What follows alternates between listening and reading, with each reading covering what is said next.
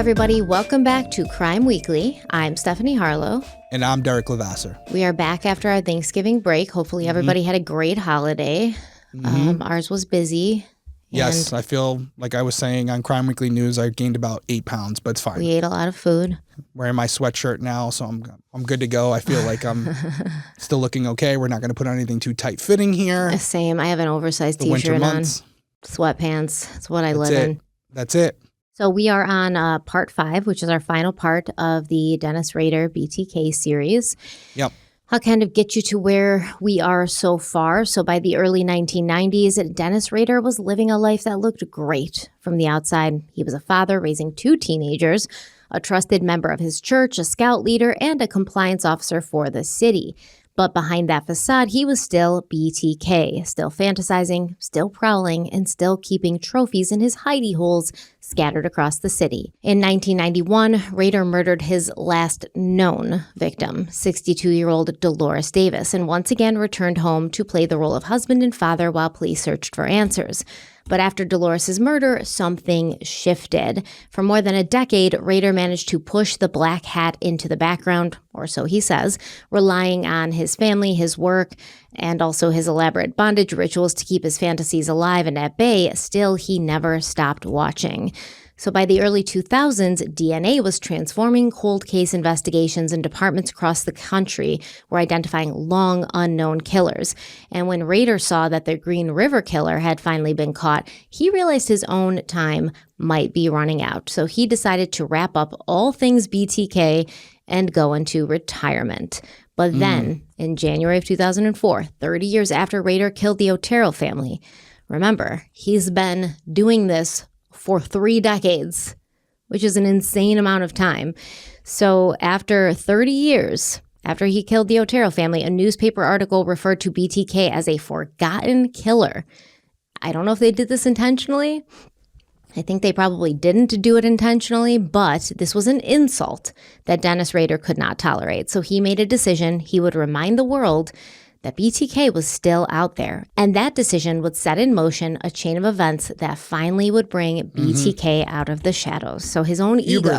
Hubris got him. Real quickly, before we get into the new information for tonight, I just want to say that I had mentioned last episode that I was going to reach out to Carrie Rawson, Dennis Rader's daughter. I did reach out to her. I didn't get a response. Perfectly okay. She just did the Netflix documentary not too long ago. She's probably overwhelmed with all of that. Yeah, so she's got her own stuff going on, family and stuff. She's amazing. She's doing a lot of good work, especially considering everything she's been through and how she's utilizing that to help others. So I just sent a message, no response. As far as I'm concerned, that's the end of it. No ill will whatsoever. We're going to cover the episode, and there's no reason to have Carrie here. Down the road, if she hears about this series and she wants to come on and talk about it, she has an open invitation.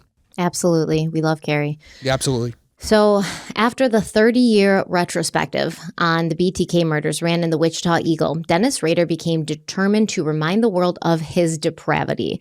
And what better way in his mind than by using the trophies and evidence he'd been hoarding in his hidey holes for decades. So Rader later told Dr. Catherine Ramsland, who, remember, she wrote Confessions of a Serial Killer based on their conversations. He told her, quote, "I thought it was an opportunity to have some fun, like a chess game, cat and mouse with the police. At the same time, I would reduce my mother load. I could send the evidence items in packages." End quote. It's funny because he's like, I got to get rid of this evidence anyways. You know, I don't want might as well give it to the police. Don't want it around me. Might as well just give it to the police. Like I said, I've said it all this series. Not the brightest bulb. He's like, to kill 2 birds with 1 stone here. Yeah, not the sharpest tool in the shed, that's for sure. When I read that, I was like, what? It's almost like just so ludicrous that it's like a parody. He's like a parody of a serial killer. Just send it away. I got to get rid of this evidence. I'll send it to the paper and the police, and then everything will end up in an evidence room and being dusted for forensics, which, as you know, Dennis Rader has gained all this traction in the crime space. And you're like, let me just send this stuff that's been in my possession for years, sometimes decades, to the police so they can start dusting it for fingerprints, looking for DNA. Oh, my goodness.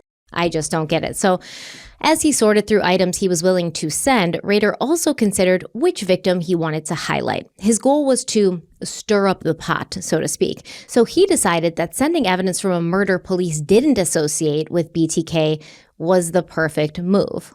Once again, why? Yeah. Why is that the perfect move? Hey, you didn't get me the first time. Let me give you a little bit more. He's like, yeah, these are crimes you don't attribute to me. I think it's a great move now to let you know that now you can go to those crimes and go back to those evidence boxes and look for DNA. So just absolutely unhinged. Now, the victim he chose was Vicki Wagerly. So this is a case detectives still believed had been committed by her husband, Bill. This was the absolute wrong case for Dennis Rader to choose. So Rader wanted them to know, the police and everyone, you're wrong, it's not Bill. So he assembled an envelope addressed to the Wichita Eagle. Inside was a single sheet of paper with a BTK symbol in the corner, a photocopy of Vicki's driver's license, and 3 Polaroids he had taken of her body. Now, to make the images more difficult to trace, he made a copy of a copy of a copy. And this is something he'd repeat in every communication. Wearing gloves, he addressed the envelope using a fake name, Bill Thomas Kilman, a name chosen specifically because the initials spelled BTK. He listed the return address as 1684 South Old Manor, and this address was a vacant lot, but the street, it did hold significance for Dennis Rader. His first major break-in before the Otero murders had taken place on Old Manor. He then sealed the envelope with a wet towel to avoid leaving DNA. Then he drove his own car to a post office drop box. He mailed it on March 17th. The 27th anniversary of Shirley Vian Relford's murder. Now, 2 days later, on March 19th, the Wichita Eagle received the envelope. A reporter immediately recognized the sender's initials and turned it over to the police. And detectives were stunned. Not only were they stunned that they're hearing from BTK again, but they saw the included photos, and they knew that they could have only come from the killer. No photographs had been taken of Vicki inside her home, and she was still alive when first responders arrived, so that's a big reason why no photos were taken, because in some cases... There were still life-saving measures going on. Preservation of evidence was secondary. Preservation of life was priority. So even the police know, we didn't take pictures of Vicki inside her home, so this could only be the killer. So detectives believed BTK was claiming responsibility for Vicki's murder and was likely telling the truth, but they needed to be certain. So what did they do? Well, remember, they found fingernails. They found stuff under Vicki's fingernails. So they sent the fingernail scrapings from Vicki's autopsy in for DNA testing. While they waited, the Wichita Eagle ran a story announcing that BTK had claimed another victim. National media outlets picked it up, and for Dennis Rader, this was everything he wanted. He told Dr. Ramsland later, quote, "This was my fantasy. The cat and mouse game gave me an adrenaline rush or high. Being a center of attention was just a good feeling," end quote. Weird. Yeah, it's exactly what we were talking about, right? It wasn't just about the murders anymore. It was about getting away with it. He was playing this game with law enforcement. I'm sure, I didn't read this anywhere, but I'm sure he looked up to other serial killers like Zodiac, where, not to be complimentary of these people, but they were intelligent enough where they were able to do everything they did, communicate with law enforcement, and still not get caught. And that became part of the fantasy, part of the allure for BTK. One more little side note. I'm not going to say who this is from because I don't think I'm supposed to, but it's someone that we both know. And they had a relative that was in prison. And this relative would deliver food to certain prisoners, and BTK was one of them. And all this person said was, when they would deliver the food to BTK, he was very quiet. He wouldn't say anything, but he had pictures of birds all over his prison cell, birds and flowers, I believe. So he said he was a very weird guy. Mm-hmm. Yeah, that person told me that story as well. Yeah. Oh, you already know? Okay, yeah. So you already know who I'm talking about? Yeah. Okay. Well, I thank you for letting me tell our audience. But isn't that crazy? Why? Like, so you can pretend you're outside? Yeah, so you know who I'm talking about, and I'm sure this person wouldn't mind us saying their. I don't know. I'm just gonna keep it. This person told me not to say their name. Oh, interesting. Okay, good. So I'm glad I didn't. Because I checked. I was like, can I put this in the script? Of course I did. Okay. I was like, can I put this in the script? Okay, cool. Don't say my name. All right, got it. So, yes. And I also think like he's saying, oh, being the center of attention was a great feeling. He didn't want Dennis Rader to be the center of attention. He wanted his other personality, BTK, to be the center of attention, right? Yep. So he's thinking like, I don't want anybody to catch me, Dennis Rader, but I want them all to know how terrifying and horrifying and just dangerous BTK is. You're like fractured at this point. You're fractured into two different people. Can we be honest for a second? I mean, these serial killers, obviously the murders are horrific, but it's the cat and mouse game that gets them into the movies. Yeah, right? so why don't you go like rob the Louvre then? It just, to me, it's like the reason that they make these documentaries and these movies about it is just the balls to go out there and actually tease police and create this cat and mouse game where they're like, I'm going to give you the information and you're still not going to catch me. That's why there's certain serial killers that have a lot more attention on them than others. So killing these people wasn't enough for Rader to get what he wanted. And it's unfortunate that our society is that way, but I almost think the more salacious and quote unquote sexy part of these stories is the interaction between the good guy and bad guy. That's really what it's about. Oh, yeah, that's what's ripped from the movies, ripped from the detective books, right? Of course. That's it. Sherlock Holmes and Moriarty. Like, yeah, it's a tale as old as time. Mm-hmm. Superman and whoever, Lex Luthor, yeah. Say less. Batman the Joker. Shout out James Gunn. Right? Well, we've talked about this. I love James Gunn. Stephanie loves James Gunn too. He's my best friend now. I do, but I prefer the Man of Steel Superman. I do love Henry Cavill, but who doesn't? David's great too. Henry Cavill is a god on Earth, but yeah. So anyways, Rader, he's now reveling in his renewed attention. He's so happy. And then the results from Vicky Wagerly's fingernail scrapings came back. And the results showed DNA from BTK, not Vicky's husband, right? So it's not Vicky's husband, Bill, that this DNA is matching to. It's an unknown person who they now know to be BTK. So now, you idiots, you have given them your DNA, whether you intended to or not. So finally, Vicky's husband was officially cleared after nearly 2 decades. I hope he got like a sincere apology. And while detectives kept working to identify BTK, Dennis Rader continued preparing more packages, always wearing gloves, and sealing envelopes with a wet towel to avoid leaving DNA. Now, here's my thing. He's got all these trophies, right? And he's sending them off now. And now he's wearing gloves and he's using a wet paper towel to, smart. But every time you took them out of your hidey hole before, did you wear gloves? Did you? Every time you used these pictures for your own personal pleasure, did you wear gloves? I don't think so. I don't think so. I'd be curious. I'm sure he slipped up a few times. Based on his past, like I said, wasn't the best at this. Yeah, so he's wearing gloves. He's sealing the envelopes with a wet towel to avoid leaving DNA. He later told Dr. Ramsland that he loved creating mysteries for others to solve, which brings us back to how much he admired the Zodiac Killer and wanted to be just like him. So Rader's next mystery was a full-page word puzzle divided into 3 sections. He's really trying hard to be Zodiac right now. So the 3 sections were M-O-I-D and R-U-S-E, ruse. So each section included terms BTK associated with his crimes. In the M-O section, he put words like cruise, follow, and prowl, M-O, like mode of operandus. In the ID section, telephone company, officer, school. What? In the ruse section, handyman, serviceman, insurance, realtor, wrong address. So he's just telling them his whole game plan here. Detectives would have to solve the word clues to learn more about BTK. And for this package, Rader also created a sheet with photocopies of a special officer badge that he'd bought at a pawn shop, along with 2 identification cards he'd found. Another page was titled The BTK Story and listed 13 chapter headings. A serial killer is born. Dawn. Fetish. Fantasy world. The search begins. BTK's haunts. PJs, which PJs do not stand for pajamas in this case, they stand for projects. MOID, ruse, hits, treasured memories, final curtain call, dusk, and finally, will there be any more? So, yeah. Probably should have written like detective novels or something if he was this into making mysteries for people to solve. But Rader placed these pages in an envelope marked Thomas B. Kingman, 408 Clayton Street, Wichita. Again, obviously fake name and a random address, but the initials still spelled out BTK.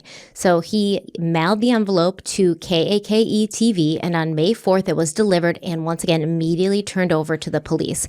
Detectives began working through the puzzle, trying to piece together what BTK was revealing to them, or at least what he was trying to reveal to them. Because keep in mind, these little clues, these breadcrumbs he's like dropping that he thinks is going to come across and build a clear and concise picture that the police can outwork with, this is not what's going to get him caught. Because no, it probably didn't make much sense to them. They're like, we got to solve these word problems, and then we're getting these weird results like handyman. And it's like, yeah, I mean, maybe we know that you like to stalk people. We know that you probably like to watch them. You've kind of given us this indication before. We know that you know where they live. We know that you probably posed as somebody you weren't in order to get into these houses. Like, what exactly are you telling us? We want to know your name. Is there going to be a puzzle that tells us your name? So they're trying to figure it out, wasting their time. At this point, though, Dennis Rader was fully immersed in playing games with law enforcement and the media. For his next contact, he assembled another package inside a brown envelope labeled BTK Fieldgram, which Rader describes as, quote, like a telegram. It's short, yet it has important news. End quote. Inside the envelope were 3 pieces of paper. One page repeated the chapter list from the BTK story, except now the MOID Roost chapter had been blacked out. So he'd continue sending the same chapter list in future packages, crossing out sections as he, quote unquote, completed them. So, well, he hasn't been caught yet, so he's got to keep going, right? I keep using the analogy like, how close can I get to the sun? How close to the sun can I fly? Burned? Yeah. There's only one way to find out. And that's to get burned. You know, I don't get that. I don't get people that feel that way, by the way. I mean, listen, there's so many people like that, like in a healthy way where they're just like adrenaline junkies. They have to keep pushing the envelope and they never know how far they can go until they go too far. And that's the unfortunate part of it when you take these risks. Now with BTK, he's trying to fulfill something inside of him where initially that rush was fulfilled by the murders themselves. Now it's got to be more than that. He wants to have a legacy with this. He wants people to remember what he did. And the only way to do that is by increasing his footprint, by putting himself out there, which is a risk. And he knows it. And yet he can't help himself. Yeah, I don't get it. I don't like it. To me, that causes anxiety, not like excitement. And maybe for some people, anxiety and excitement are closely related in a way. Like they're both, you know, like stimulating feelings, I suppose. But like what I don't want to ever feel is anxiety. So if I do anything wrong ever, I'm always just like, thank you, God, please that I didn't call. I promise I will never do this again. Like I will never do this bad thing again. And then I don't, because the anxiety that I feel, it almost feels like, it almost kind of feels like I wish I'd get caught. So I don't have to keep feeling this anxiety that I'm going to get caught. And I just don't like that feeling at all. So the fact that he's just pushing and pushing and pushing the limits and going to the boundary, getting too close to the sun with his little wax feathers. Yeah, that is not something that I would enjoy. Let's take a quick break. Be right back. All right, before we dive back in, let's talk about something that is saving me this fall and has saved me for years. You may have heard us talk about HelloFresh. They're the #1 meal kit in America, making home cooking easier and faster with chef-crafted recipes and fresh ingredients delivered straight to your door. But this fall, they're serving up even more to love. This isn't the HelloFresh you remember. Yeah, you were telling me before we started recording that basically the menu exploded. It has. It's doubled. They've doubled their menu basically. Now you can choose from 100 options every week, including seasonal dishes and recipes inspired by cuisines from around the world. And the portions, they've definitely changed. They are big, like actual adult-sized portions, not I'm still hungry portions. Yeah, that's super key for me too, because I hate cooking something and then needing a snack 10 minutes later is not what I'm looking for. Exactly. And their healthier options are great too. You can pick from 15 plus high protein recipes each week. Think, this is going to sound delicious, it's going to make you hungry. It's going to make you hungry, but think grass-fed ribeyes, lamb chops, hearty fall bowls, or you can go veggie forward with recipes that have 2 or more veggies in every dish. Yeah, don't forget they also have those seafood options. I love seafood, and you mentioned those as well when we talked earlier. Yeah, you can now get steak and seafood recipes every weekend, no extra cost, and they've tripled the seafood choices. I've also really been loving their fall dishes like the classic beef chili and the honey glazed pork tenderloin. It's cozy food without the hassle. It's like home cooking and you feel good about it and it warms you up. All right, so let's be honest. I'm going to call you out here because I know that I use HelloFresh, but do you actually use it? I think you know I do. I'm calling you out here because if some people think we're just talking about them, no, we actually eat this stuff. Oh yeah, and the recipes are easy, right? Everything tastes fresh. Absolutely. And the best way to cook just got better. Go to HelloFresh.com/CRIMEWEEKLY10FM to get 10 free meals plus a free breakfast for life. That's 1 per box with an active subscription. Free meals applied as a discount on your first box. New subscribers only. Varies by plan. That's HelloFresh.com/CRIMEWEEKLY10FM. That's all one word to get 10 free meals plus a free breakfast for life.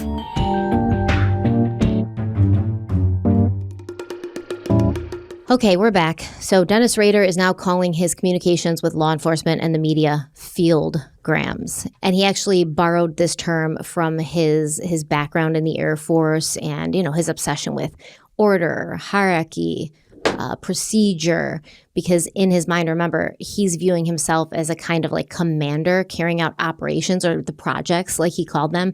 The fieldgram was his way of submitting a mission report or an intelligence update.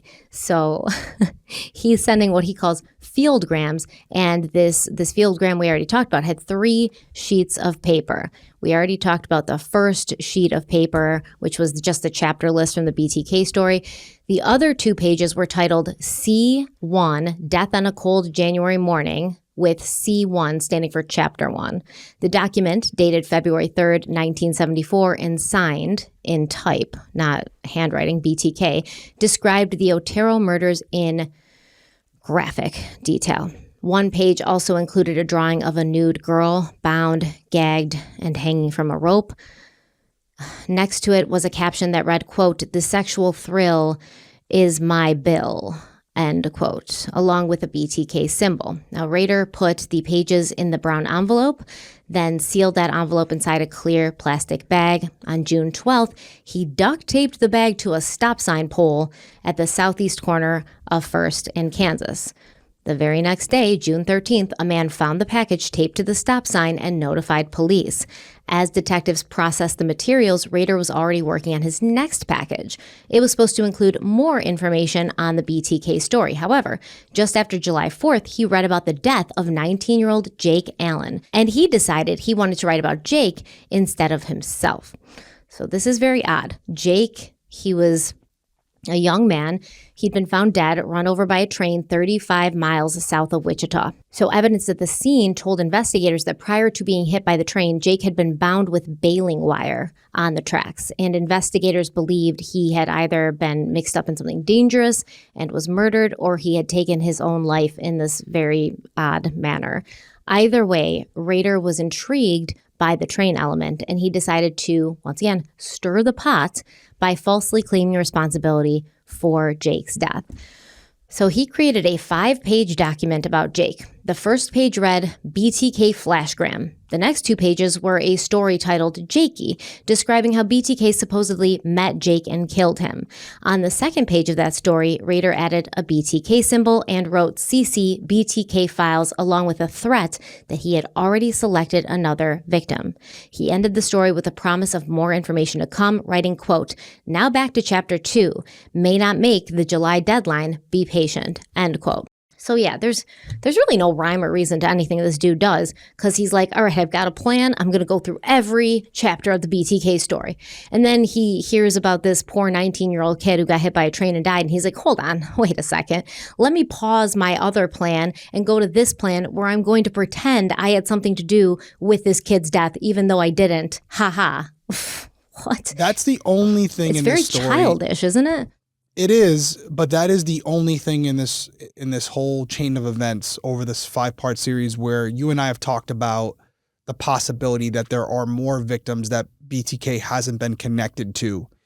And the only thing that gives me a little bit of hope that there aren't any others is because he had to come out and take claim to murders that, one, weren't connected to him that he did carry out, and then two, deaths that he had nothing to do with. If there were other victims, I think those would have been part of his stories.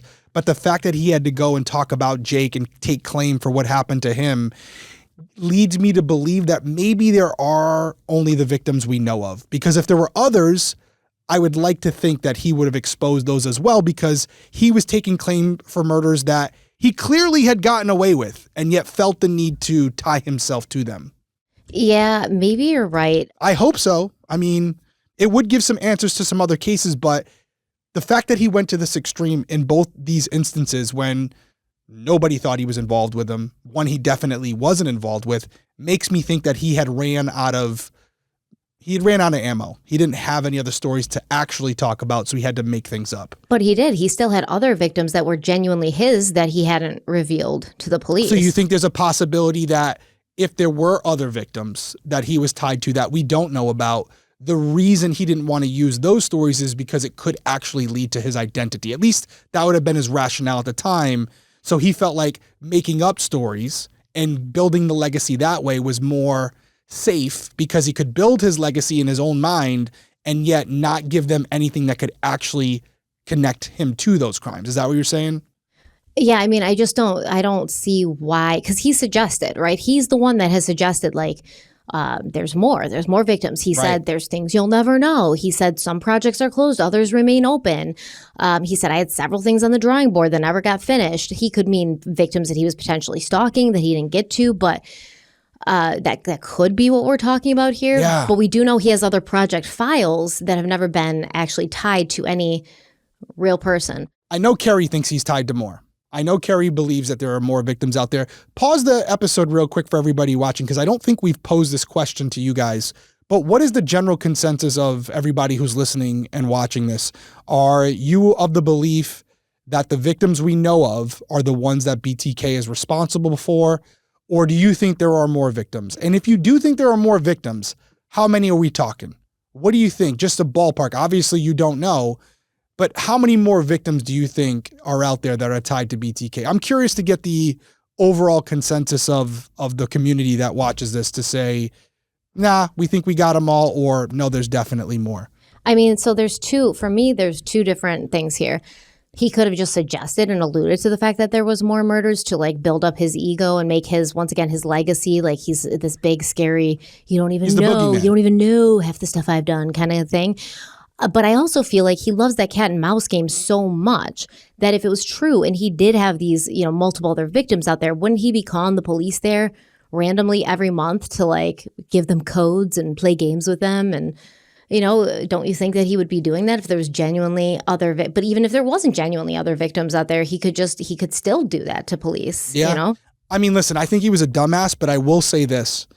There is a strategic element of this that does make sense. And that would be from the rationale of, okay, listen, I want to build my legacy. I want there to be dozens of names connected to my pseudonym. Is that what we would call it? BTK, right?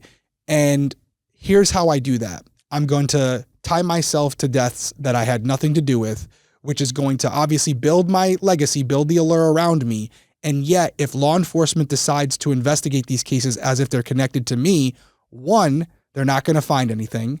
And two, they're basically spending resources on crimes that I'm not involved with, and the crimes that I'm actually connected to, they're not looking into. So I'm sending them off on these wild goose chases, and they're going to put all these resources into it, and it's going to come up with nothing, because the funny part is I had nothing to do with them. So if that's his rationale, strategically, it does make sense, because they, as investigators, if he's saying he's involved with those crimes, at this point, you have to treat him as such.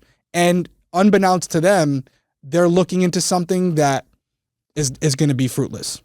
Well, I mean, I'm just looking. His last kill before his long break was 1985. Then his final known kill is 1991. That's quite a bit of years to pass in between, and then to just kill one more time after that, like to reinvigorate yourself to do it one more time and then never again. It just feels it doesn't feel, for once again, for somebody who says that the black hat takes over and he can't control himself and this and that, it just doesn't really add up. No, it doesn't. And also I want to add, usually there's something that happens in the serial killer's lives that cause them to stop. It could be because the fear of apprehension, but it also could be because they have children. And just anybody who's going down that route, Brian was born in 1973 and Carrie was born in 1978. So clearly the children's births weren't enough to stop him because, as you just mentioned, he kept going until 1985. So they were well within his life at that point, and yet he didn't give a shit.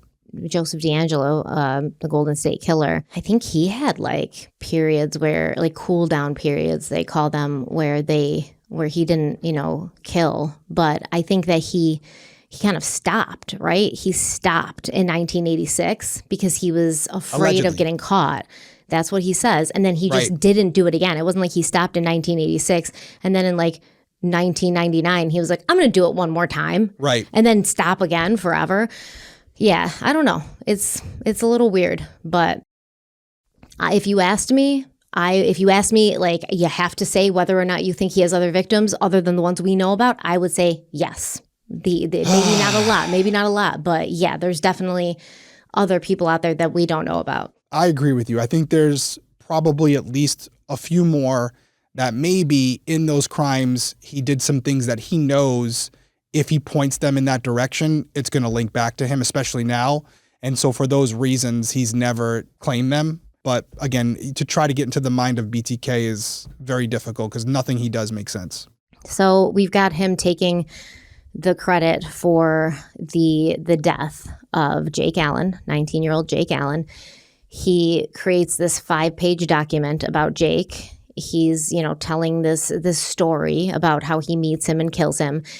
And then for the last 2 pages, Dennis Rader included photocopies of 4 pictures of a male in bondage. Now, Rader had actually created the pictures himself using cutouts from magazines. He did not use his own bondage pictures. Thank God. That would have really been dumb. So when the document was finished, Rader sealed it in a plastic bag and dropped it into the book return box at the downtown library. So his methods here of getting information to the police and media are also changing a little bit. Like that, years and years back, he had put a letter into a book at the library, and then he'd sent like a tip in so that somebody could find it. And now he's taping stuff to telephone poles. He's putting it in the book return box. I think it's just because he's bored. It's like this guy definitely needs novelty, man, because he can't just send it to the Wichita Eagle anymore. He can't just send it to the police department to make sure that they're getting it. He has to kind of, I guess, hope that somebody will find it and turn it in and not just throw it out and be like, oh, what is this stupid thing, and throw it out. You're really hoping now that somebody's finding it who will know who you are and get it to the right people. So on July 17th, a library employee emptied the bin, saw the letters BTK on the papers inside, and of course called the police. So after going through the new package, detectives began investigating BTK for Jake's murder, but ultimately they determined that he was lying. In the end, the detectives concluded Jake had taken his own life, and there was no evidence linking BTK to the case. Now, Dennis Rader later told Dr. Ramsland he didn't care about whether they believed him or not. The whole point had just been the reaction. Yeah. It makes perfect sense. We talked about it a few times. He's building up his persona.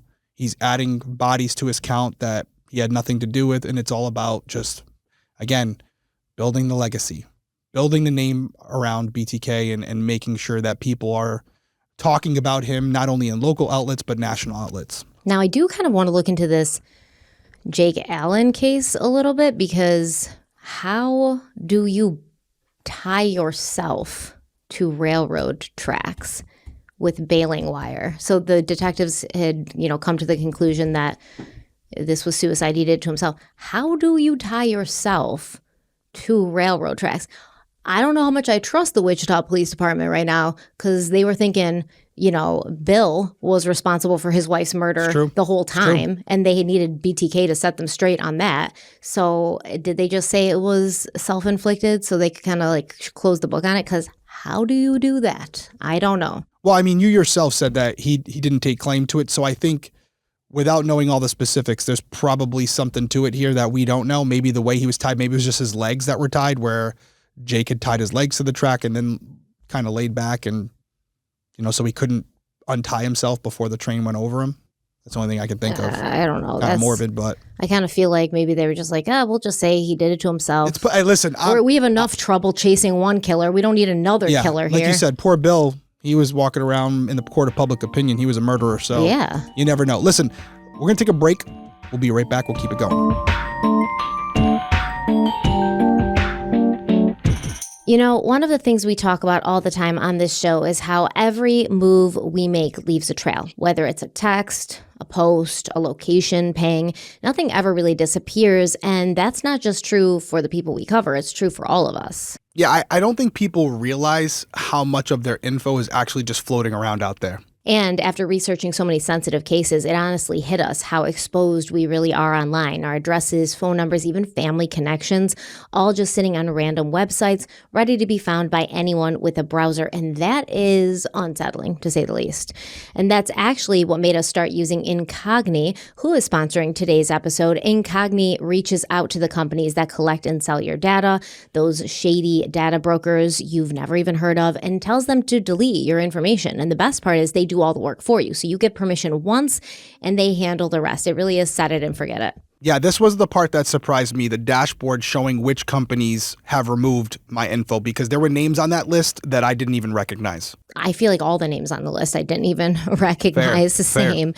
And their custom removal feature, that's a total game changer. So if you see your info on a specific site, like a people search site, you can flag it and then Incogni will go after it directly. And let's be honest, a while back after we covered a very sensitive case, someone found one of our old addresses online. It came straight from one of those public search sites, and that was the moment I realized just how important it is to protect your information proactively, not after something goes wrong, not after someone already has that information. And with Incogni, that information isn't hidden, it's deleted, erased. Yeah, that's the way it should be. Your personal data shouldn't just be out there like it's public property. That belongs to you. Exactly. So if you want to protect your privacy and take your information off the market, here's how. Go to incogni.com/crimeweekly and use code crimeweekly for 60% off an annual plan, which is an awesome deal, which I wish I'd used when I signed up for Incogni. So you really should take advantage right now. That's incogni.com/crimeweekly. Use code crimeweekly for 60% off. Yeah, it really is one of the best investments you can make for your own peace of mind. Your personal data shouldn't be public property. Take it off the market with Incogni, and thank you so much to Incogni for sponsoring today's episode.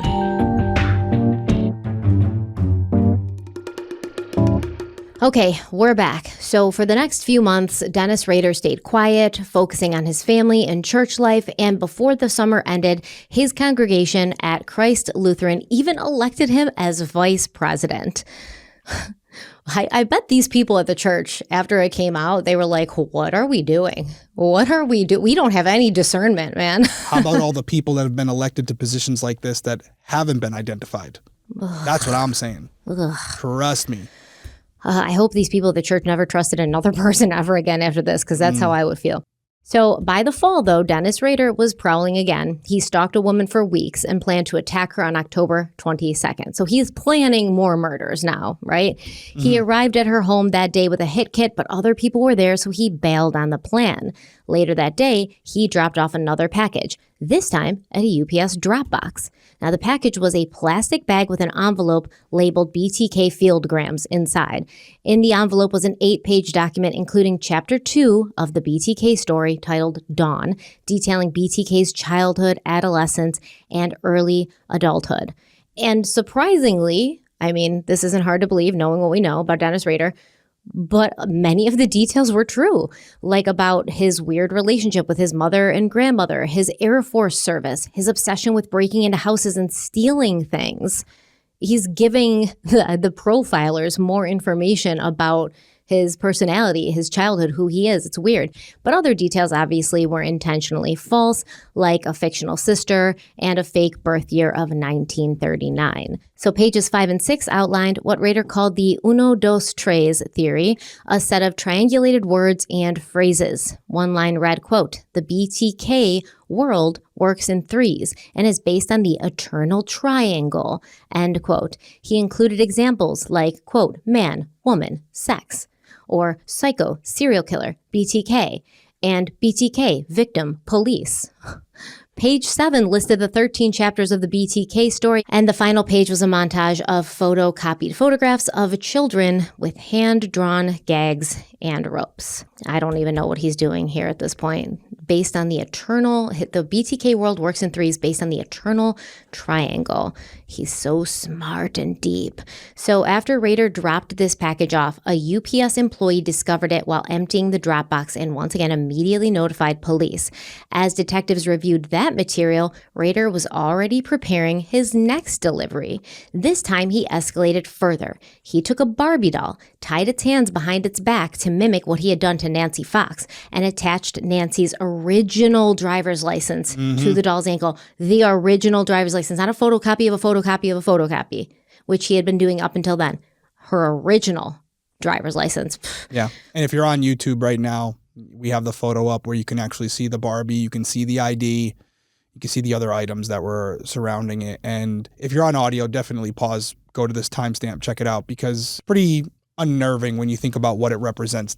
The picture itself isn't crazy, but when you think about the position of the Barbie has its hands tied behind its back, its legs are tied together, and the ID is tied to the Barbie's legs. There's even something, trying to zoom in here, what would you say that is, Stephanie? Like a tape, or like, what is that between her legs, the Barbie's legs? It looks like kind of like a lingerie thing that he would tie like her cloth, up with. Yeah. Or tape, or there's something between the Barbie's legs I don't even know. It kind of looks like her clothes that were ripped off. Yeah, maybe clothes that were ripped off, or is he trying to make it look like it's blood?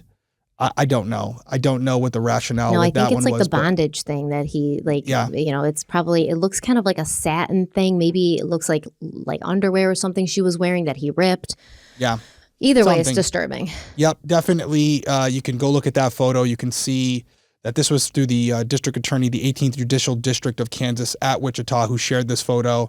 And sad when you think about it, what it represents. So he sends this doll. He also labeled an index card Dollgram and wrote out a 2-page document detailing Nancy's murder.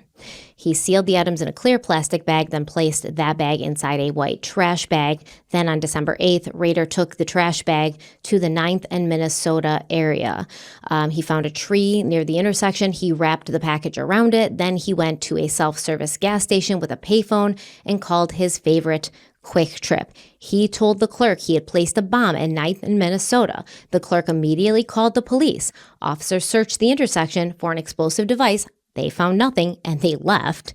So they didn't notice Rader's package, and I mean, these cops are like, once again, I'm losing faith in them, because somebody calls in a bomb threat, and you go to the area where the bomb threat's called in, and you just completely missed a garbage bag wrapped around a tree at that exact intersection. How did you miss that? Yeah. It doesn't make any sense. So they left. They didn't notice it. But 5 days later, just a random citizen found it by accident. They brought it home and opened it. And then it was a young boy. His mother recognized Nancy Fox's name on the materials and realized it might be connected to BTK. So they contacted the police. Now, at this point, BTK was getting extensive media coverage, and Rader loved every second of it. He decided to ramp things up again, this time with cereal box packages. And obviously, I don't think I need to clarify, but Dennis Rader chose cereal boxes as a play on the words serial killer. He's good, so man. Smart. He's good. It's like, he's laughing as he does it. He's like a cereal box. Get it? It's crazy. They're going to get a kick out of this. Deep. I wish I could tell somebody how smart and funny I am. Yeah. What a weirdo. So in early January 2005, he started with a Special K box, and he picked Special K because why? Because K stood for the kill. Another one, in bind, torture, and kill. It's good. And the box is up on the screen again for YouTube people. If you're watching, if you're not on audio, again, go check it out. But you can see here, I'm trying to zoom in, but if he hadn't been a serial killer, he could have made comics for the paper. He's just so funny. What is that on the box there? I see he's got BTK written on the box, and then he has what, PRE? So he wrote bomb above special. I see that. Yep. And then he wrote BTK PRE on the side of the box. So that's above the above the K. This guy's good, man. I'll tell you what. I don't BTK pre. And the box is all banged up. If you're not watching, the box is in like really rough condition. I don't know if that was through shipment or whatever, which It's had better days. which could easily happen if we sell a lot of coffee, and some of the box pictures that you guys send us, we did not send them to you like that. But sometimes through transit they can get pretty banged up. So that might be why that box is in that poor of condition. It's pretty. Why does it say BTK pre-pen? What does that even right mean? Next to BTK pre-pen. There's a free pen inside. Weird. So inside, he placed a blue beaded necklace he'd stolen from a victim and a 2-page document titled Boom. So the first page of the document described BTK's lair, the dungeon-like murder silo he fantasized about, which we covered in part 1. Remember, he used to drive all out in the wilderness, and he's like, I really wish I had a man cave that I could bring my victims to that had a TV and a dungeon and all the great things that a man wants in life. So the second page listed his projects. It included PJ, Little Mix, the Otero murders, which he described as, quote, my first big hit, a good start as serial killer, end quote. So he says it's his first big hit, once again kind of suggesting that because there was multiple victims at the Otero house, maybe suggesting that he's done something before, but not coming right out and saying it. Which I would believe. With a lot of these serial killers, you see that there's an escalation to get to this point. It starts with small animals, and then it escalates to larger animals, and then it can be one person, then multiple people. So it wouldn't be surprising to me if we learned that there was a lot more to BTK's story than we even know. Well, it also referenced Project Foxtail, Nancy Fox, which he called, quote, my best hit, end quote. And Rader also created a document titled Communication. Now, in it, he asked the police to be honest about whether he should send them a floppy disk without it being traced back to a computer. He instructed them to answer his question through a newspaper advertisement, and he said that once he saw their response, he would mail a test disk.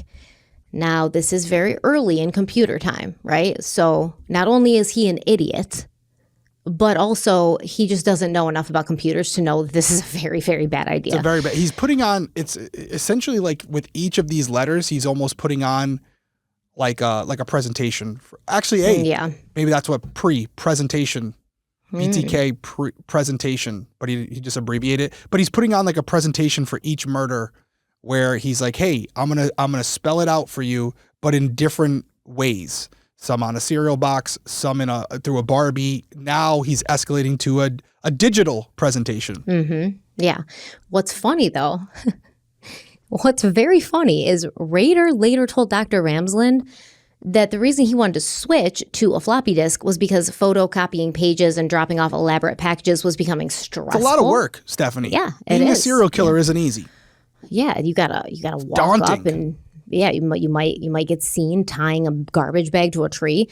It's very stressful. Yes. He said discs would be easier. Now, he was like, I think that there's a possibility these discs can't be traced. Like, I'm pretty sure.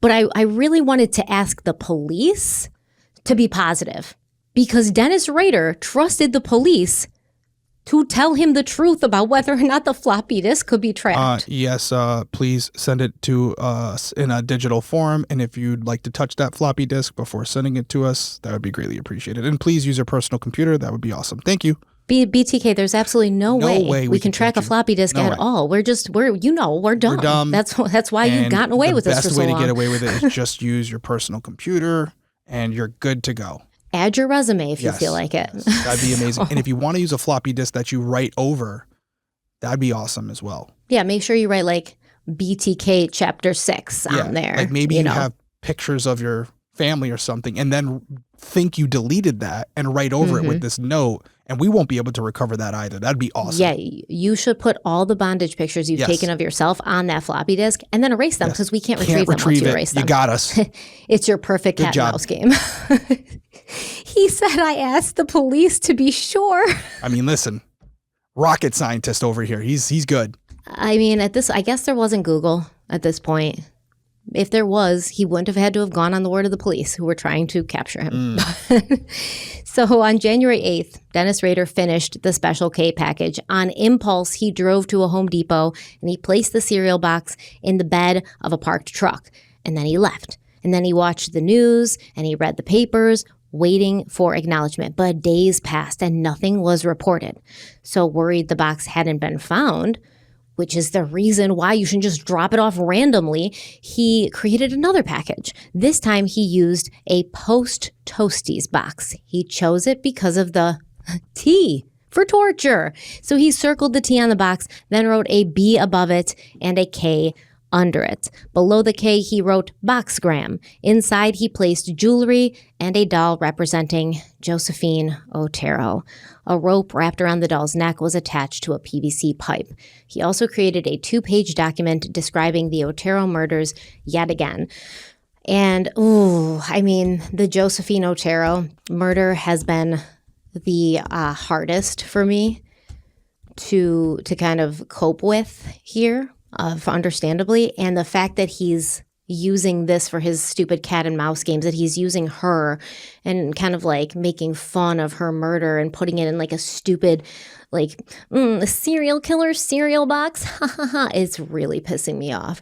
It's really pissing me off. So once the box was ready, Dennis Rader left it on the side of the road between 69th and 77th North on Seneca Street. Then he prepared a postcard to send to KAKE TV, alerting them to both packages.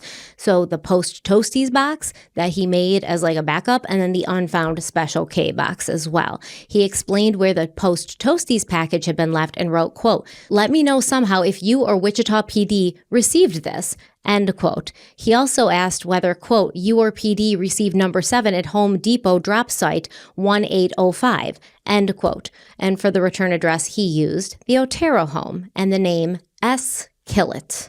Man, he's like running out of ideas here. So he's like, hey, can you guys let me know if you're getting my packages? Because he's not that bright. And even the cereal boxes, and I don't know the exact specifics of how he was caught, but to me, there would even be something with the cereal boxes. So like with our coffee, we have to have codes on the bottom where we can tell what lot that coffee was roasted in. And these are big companies. So I would think even then there would be some type of serial number on the box where if there was like a contamination or something, they would be able to track where that box was made and what store it had been shipped to, like what shipment it was in, where they could narrow down the list of stores that this particular cereal box came from, where if they started to have multiple cereal boxes and there was a pattern with where the boxes had been sold, they could start to develop a radius of where the serial killer might live. But I mean, it's still not going to narrow it down too much, but it may give you something. Assuming he went to the same store or a store close to him. But even if he went to a different store, that would be better because now you'd have like a Venn diagram, right? Where you'd start to get multiple stores. Yeah, especially if there was surveillance cameras. And I think, what is this? What year is this? 2004, 5?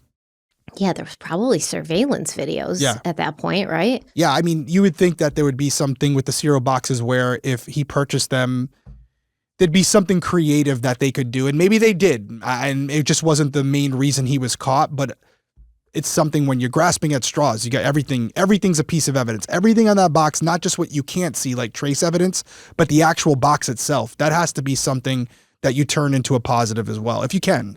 So they do something with the cereal boxes, but spoiler alert, it's the freaking floppy disk. Yeah, I remember hearing about the floppy disk and that ultimately I was trying not to get too ahead of it, but I won't spoil it. I'm going to shut up and let you keep going. So KAKE received the postcard on January 25th. They immediately sent a news crew to search for the post-Toasties box. So at this point, the media is not even contacting the police first. They're like, this is our scoop. Oh, yeah. We're getting this post-Toasties box, which is so annoying because they're not handling it like now you got chain of custody police, issues, contamination, all that. You do. Yeah. So they did locate it and then they notified the police. So after gathering that package for evidence, detectives then went to the Home Depot to search for the Special K box. They didn't find anything, so they reviewed surveillance footage from January 8th. Because this dude said, I put it at the Home Depot drop site 1805. So told them exactly when he was there.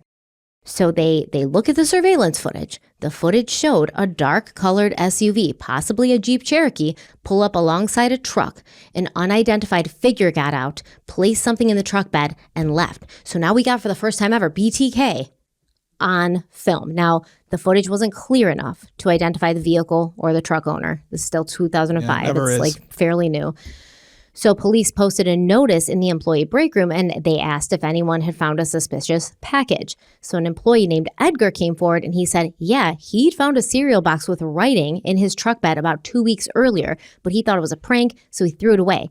But luckily, Edgar still had the trash at home because he'd been out of town and he hadn't taken it to the curb. So he turned the box over to the detectives. And remember, this is the box, the Special K box, was where Dennis Rader was like, hey, is it okay if I send you guys a floppy disk and then I won't get caught? Let me know, circle yes or no, and put it in my locker.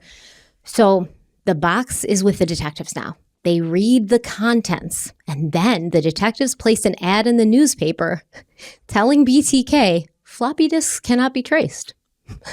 Obviously, this was a lie. They were hoping Rader would fall for it, and he did. He did. Dennis Rader saw the ad, and he sent a postcard to KAKE thanking Wichita police for their quick response and thanking the news team for their effort. He said he had received the newspaper tip, and he promised a test run soon. This is so embarrassing for somebody like Dennis Rader because he wants to be seen and perceived as so competent and mysterious and smart and intelligent. But like the only reason you didn't get caught was because there was no such thing as forensics back then. Yeah. The only reason you didn't get caught is because there weren't cell phones tracing everybody's move and Ring doorbell cameras at every house. The only reason you got caught is, to be honest, the Wichita police aren't the best. Well, honestly. I mean, and near the end of this, he stopped in 1985. So you're right. And I know some people might be like, well, this is 2005. No, this is when this is occurring. But the actual crimes themselves, to your point, last one, 1985. And I don't know the exact date. Don't hold me to it. But the first case that I can think of where DNA became a topic of discussion was 1997, I believe, with OJ, where Dr. Henry Lee started to talk about it. I'm sure it was before that as well, but that's the first one, the first prominent one that I can think of. So many years after BTK's alleged last killing. Yeah, and I mean, his last killing was 1991, because remember, he stopped from 1985 to 1991. Now, the only thing I'll push back on, and I'm sure some of you guys will as well, is even before DNA became what it is today, investigators were still supposedly preserving evidence as if DNA would be a thing. Like they were supposed to be swabbing what they had. But what happened was, in a lot of cases, especially the ones that I worked, they were swabbing and taking in evidence, but they weren't preserving it correctly. So even though they had something of value at the time, because they stored it in a way that wasn't conducive to the DNA staying on that item, by the time you get to it much later, when you analyze it, there's nothing there, or it's so degraded you can't do anything with it. And there are a few specific cases that I'm thinking of right now, one of them being Michelle Norris. That's what I was just going to say. Even now, there's cases where they have DNA and they still can't do anything with it. They're still not, it's not a, oh, we have DNA, that's it, we're going to catch the person. Yeah.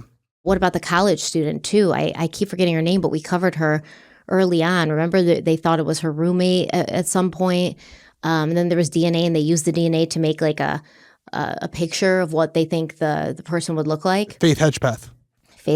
Yeah, there's DNA in that case. Yes. And they still can't figure out who it is. I'm looking up right now that it looks like the first case where DNA evidence was used to clear a suspect and later convict a criminal was actually in 1987 when there was a rape and murder case of Dawn Ashworth in the UK. And so that's the first documented case that I can find. I'm sure there may be others, but that's what's popping up here on a Google search. Yeah, but still not a perfect system. No, and it's all about the actual. Nobody was trained really. No, and it's all about the how that evidence is obtained, and then yet how it's preserved. That's even more important. Yeah. So, but here now we have BTK on surveillance. Why he didn't think there was, I don't know. I don't know what this guy's doing. But we have him for the very first time. We can see a figure that we know is the person leaving these. And it can only be BTK because he's got information about the victims that nobody else has. And maybe Dennis Rader was like, I don't care if they catch me sending these because I can just still say it wasn't me and they don't have proof that I committed these murders. But That was really flawed logic if that's what he was going by, because he was not being careful here. Not being careful at all. So we're going to take a quick break. We'll be right back.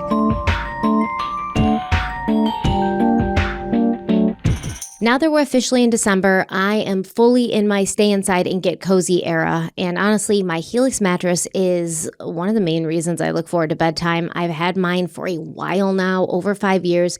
It's still the best sleep upgrade I've ever made. Yeah, I feel like every time we talk, you talk about your bed like it's your sanctuary. Because it is. It really is my sanctuary. When I ordered mine, I took the Helix sleep quiz, which matches you to the perfect mattress based on your sleep style and preference. So I got the Midnight Luxe. It solved everything I was dealing with, the night sweats, the tossing around, the sore back in the morning, the sore neck, all gone. Yeah, I have the Midnight Luxe as well, but I also know that their Dusk Luxe is incredible. That one has really helped a lot of people with their backs as well. And the motion transfer thing, it's real. I don't feel anything when I'm laying in the bed on the other side, whether it's my kids jumping around. Or even the dog. Exactly. You don't feel anything. You're like, wait, somebody else is in the bed with me? What? That's what I love. And Helix is seriously the most awarded mattress brand out there, reviewed by Forbes, Wired, all of them. It ships to your door for free. The setup is super easy, and they're happy with Helix guarantee, means you're going to get a 120-night sleep trial and a lifetime warranty. No stress, no guessing, no trying to go to mattress stores and lay on a bunch of them and see what happens.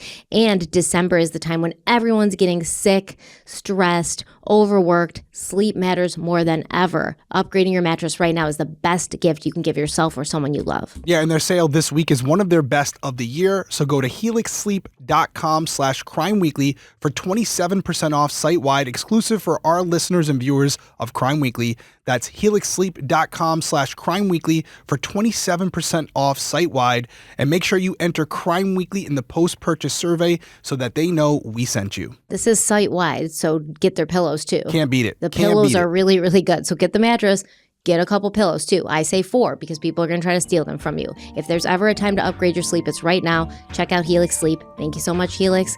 And let's get back to the episode.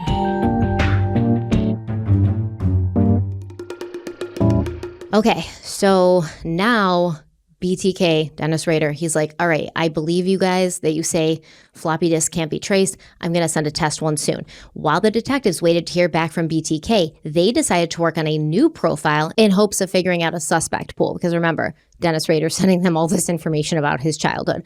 So at this point, they weren't sure what was true and what wasn't in BTK's communications. All they could say with certainty was that he lived locally, drove a dark SUV, possibly a Jeep, and understood law enforcement procedure and evidence handling to some extent. So the new profile additionally suggested BTK was likely a white male around 60 with military experience and a connection to Wichita State University.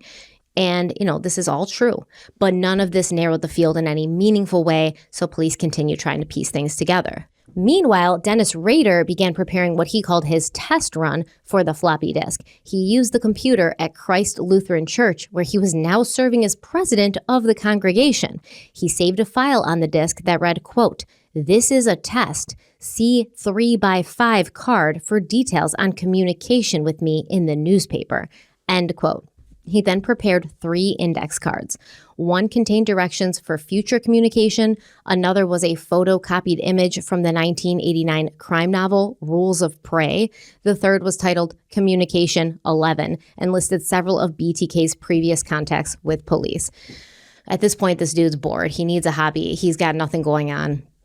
Why are you preparing all these 3x5 cards, right? It's like 3 index cards, one's directions for future communication. That's all you needed.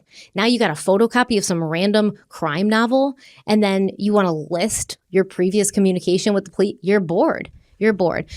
So Rader then placed the floppy disk, the index cards, and a gold chain with a locket inside a padded envelope. Now he believed the locket had belonged to Nancy Fox, though he wasn't sure, as he told Dr. Ramsland, he hadn't properly cataloged his items. So he addressed the envelope to P.J. Fox, 316 Northwest Street, Wichita, and mailed it to KSAS-TV, choosing a new outlet now to stir the pot, as he called it, which I'm sure KAKE-TV is pissed off because they've followed Dennis Rader, BTK's instructions to a T. They were responsible for, figuring out where that special K box was and recovering the other serial box. And now he's not sending them this very important floppy disk communication. They're probably feeling a little betrayed. How dare he? I know. He's like, he has no loyalty. No loyalty. So after sending the disk, Dennis Rader started planning his next cereal box package because he's doing this thing to death, man. He just thinks it's so clever.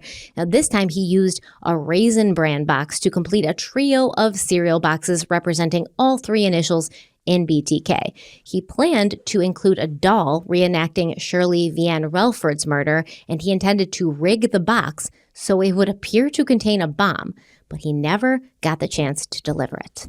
On February 16th, the padded envelope with the floppy disk arrived at KSAS and was immediately turned over to the police. Detective Robert Stone, the department's computer expert, performed a forensic examination. And when he opened the file's properties, he found two key pieces of metadata, the name Dennis and Christ Lutheran Church. He then ran a Google search for Christ Lutheran Church, located the website for the congregation, and saw that Dennis Rader was listed as the president. So I guess they did have Google in 2005. So why the hell did Dennis Rader, I guess maybe he didn't want the Google search to, but that's a random question you could just ask just in case. I mean, we definitely had something, but I guess I'm showing my age here, but I graduated high school in 2002, and I don't remember Googling things like people do now. I'm going to look it up. Yes, Google was very much around in 2005 and actually already one of the most dominant players on the internet by then. It was founded in September 1998, public launch 1999. By 2005, it was the leading search engine worldwide.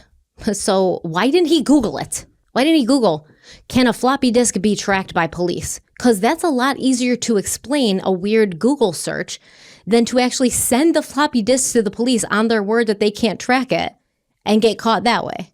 It makes no damn sense. So now they see Dennis Rader is the president of Christ Lutheran Church, where this floppy disk was made. So detectives went to the church and they spoke with the pastor who confirmed Dennis used the church computer. So detectives began a deep dive into Dennis Rader and quickly learned that he matched the BTK profile almost perfectly. He lived locally. He owned a black Jeep Grand Cherokee. He had military experience. He worked in code enforcement, meaning he understood law enforcement protocols. And he had attended Wichita State University. He seemed like a prime suspect, but detectives needed a DNA sample to be sure. So they obtained Carrie's pap smear swabs through a subpoena and used DNA from those samples to compare to the DNA found in the Otero, Nancy Fox, and Vicky Wagerly cases. So they used his daughter's pap smear results or pap smear swabs. Is that legal? They got a search warrant for it. Now, if they can articulate why, it's a tough one. I mean, she is living in the home with him, but more importantly, she would have the same genetic makeup of him. It's almost, I guess the question becomes, how is that any different than somebody's DNA being obtained on a familial website, like a genealogical website, where they're getting DNA that was submitted there and using it. Now, I will say, because they put it there. That person put it there. It is a lot different because Carrie was doing that with a doctor for her own health. She wasn't submitting her DNA online. Yeah. So, yeah, that's a slippery slope. So it says your medical records are protected by HIPAA. Okay. But HIPAA does not prevent law enforcement access if they have the proper legal authority. So they have a search warrant issued by a judge based on probable cause that the records contain evidence of a crime. Yeah, but I have to tell you, I didn't know that part about this case, that the DNA was obtained from Carrie's pap smear. I did not know that. Wow. Yeah. Wow. That seems very intrusive. I mean, it's a good thing. We want him caught. It but is. At the same time, listen, I think what happened here is when you're drawing up a search warrant, and might be mansplaining here a little bit, but you have to basically paint a picture as if you're talking to a 5-year-old. So what I would imagine, everything that you just laid out to us, all the boxes that were checked, how they obtained the floppy disk, how they found out Dennis's name, how they went to the church, and then all these things started matching up. The Cherokee, the military background, the understanding of code enforcement, Wichita State University connection. They said, hey, listen, this guy is probably our guy. We're going to paint this picture for you.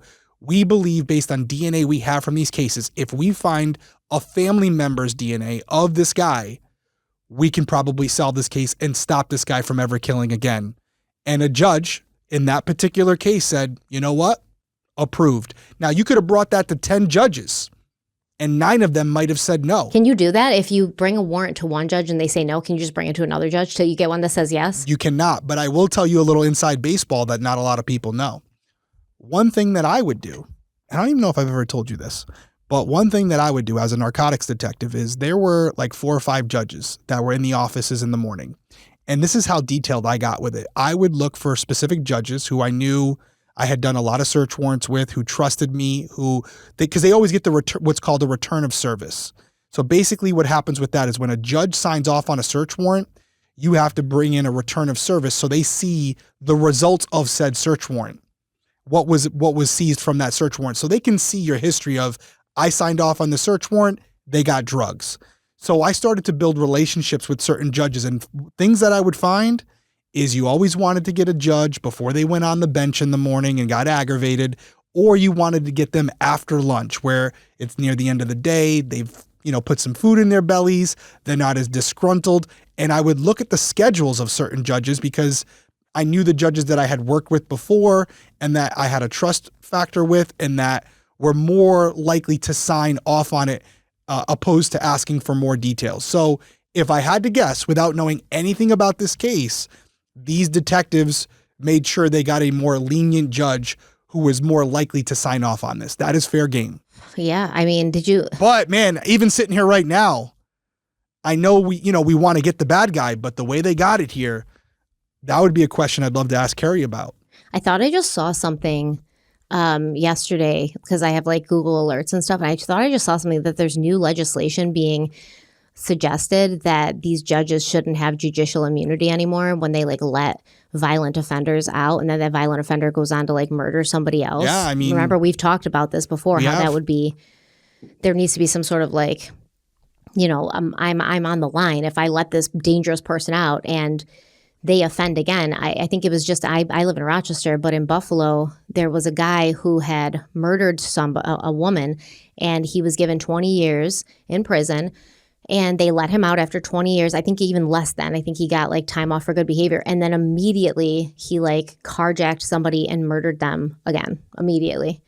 And I feel like this is another thing where judges should not be allowed. First of all, you murdered somebody. You carjacked and murdered somebody. Why are you only getting 20 years?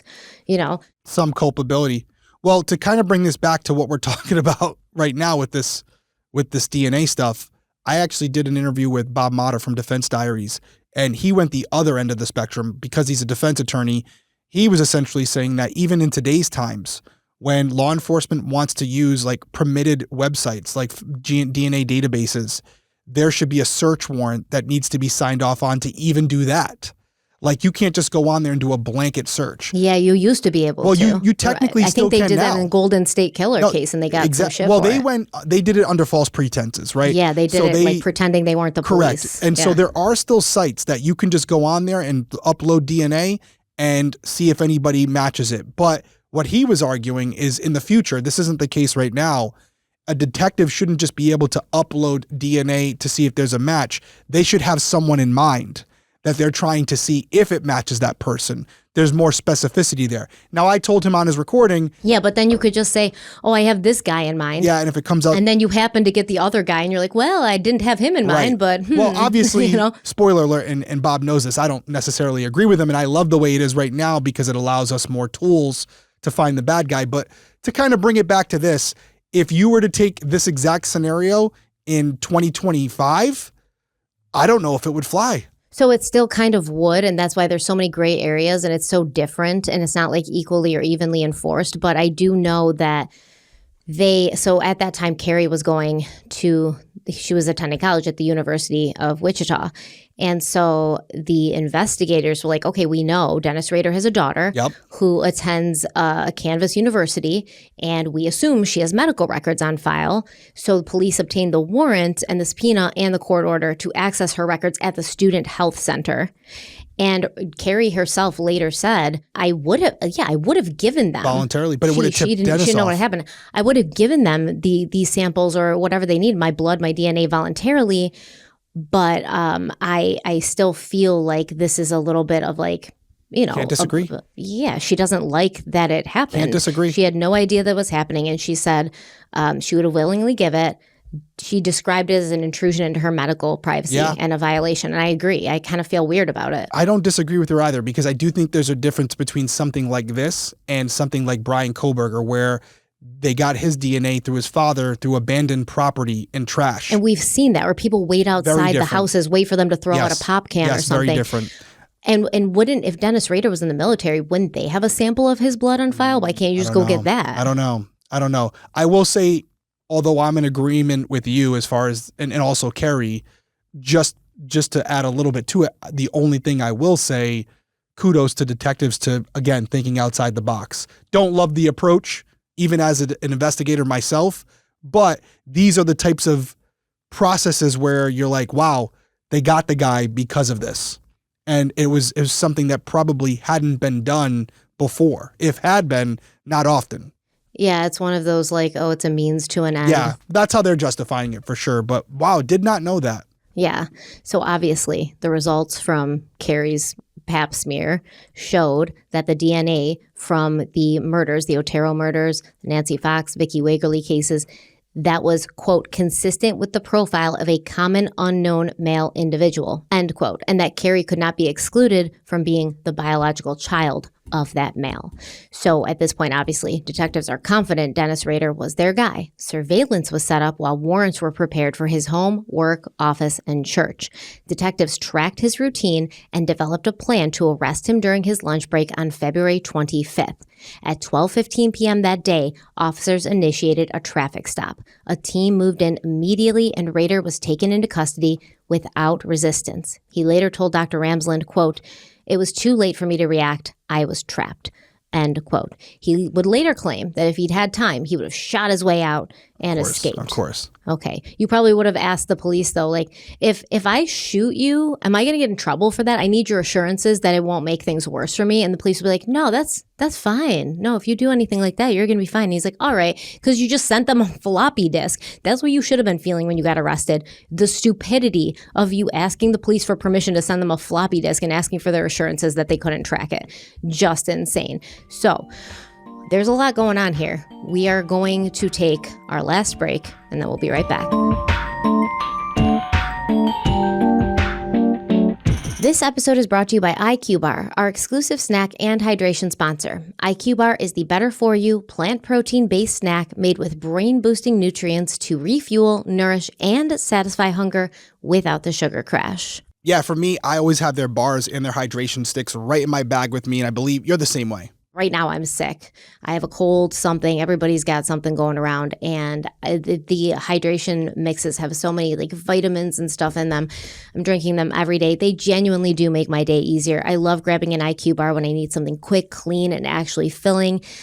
Like I said, the IQ hydration sticks, lifesavers, zero sugar, tons of electrolytes. They help with focus and clarity, which I need. I would say I need them on long recording days, but I do need them every day. Plus, the ultimate sampler pack, we heavily suggest going with that. It's perfect because you can be introduced to IQ Bar and kind of try everything they have. You get 9 IQ bars, 8 IQ mix sticks. You get some of their IQ Joe sticks so you can try all the flavors and see what you gravitate towards. And everything is completely free from gluten, dairy, soy, GMOs, and artificial sweeteners. It's clean fuel. Yeah, and their bars taste amazing as well. It's a solid texture, and it's not overly sweetened like a lot of protein bars. They taste like true to what they say they are. Chocolate mint, it tastes like chocolate mint, and the texture is so good.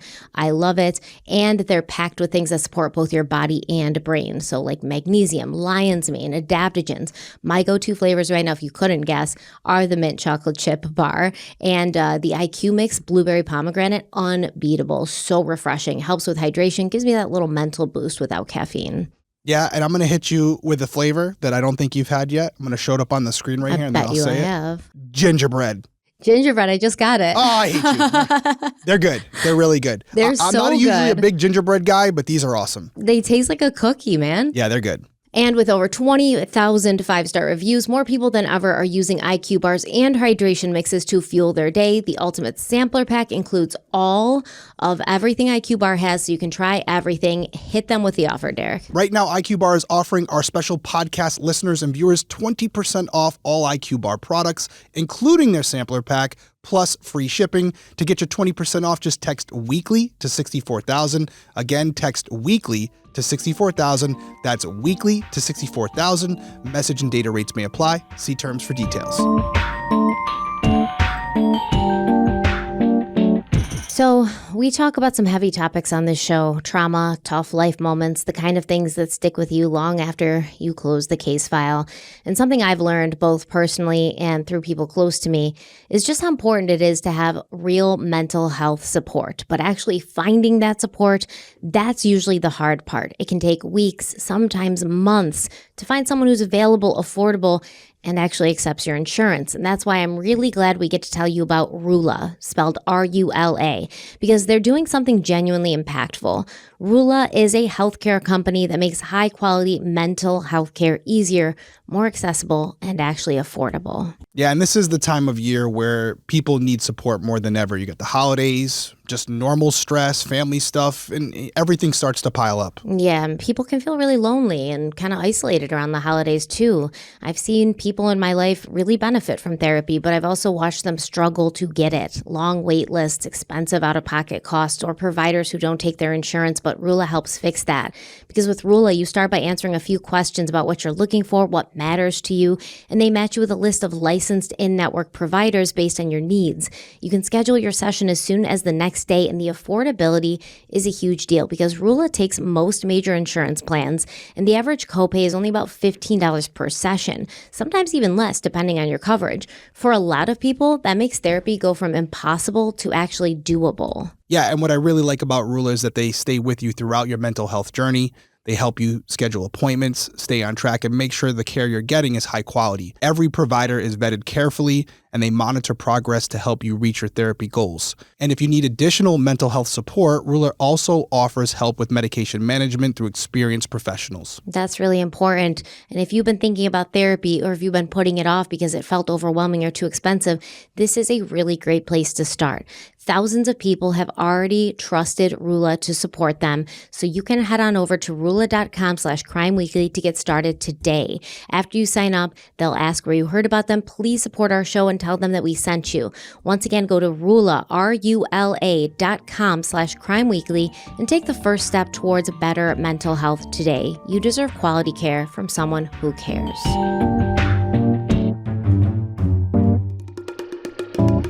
All right, so Dennis Rader, he's arrested. You know, he couldn't shoot his way out of it. This is the same guy who got beat up by a Marine, but okay, he's gonna take on the entire police department.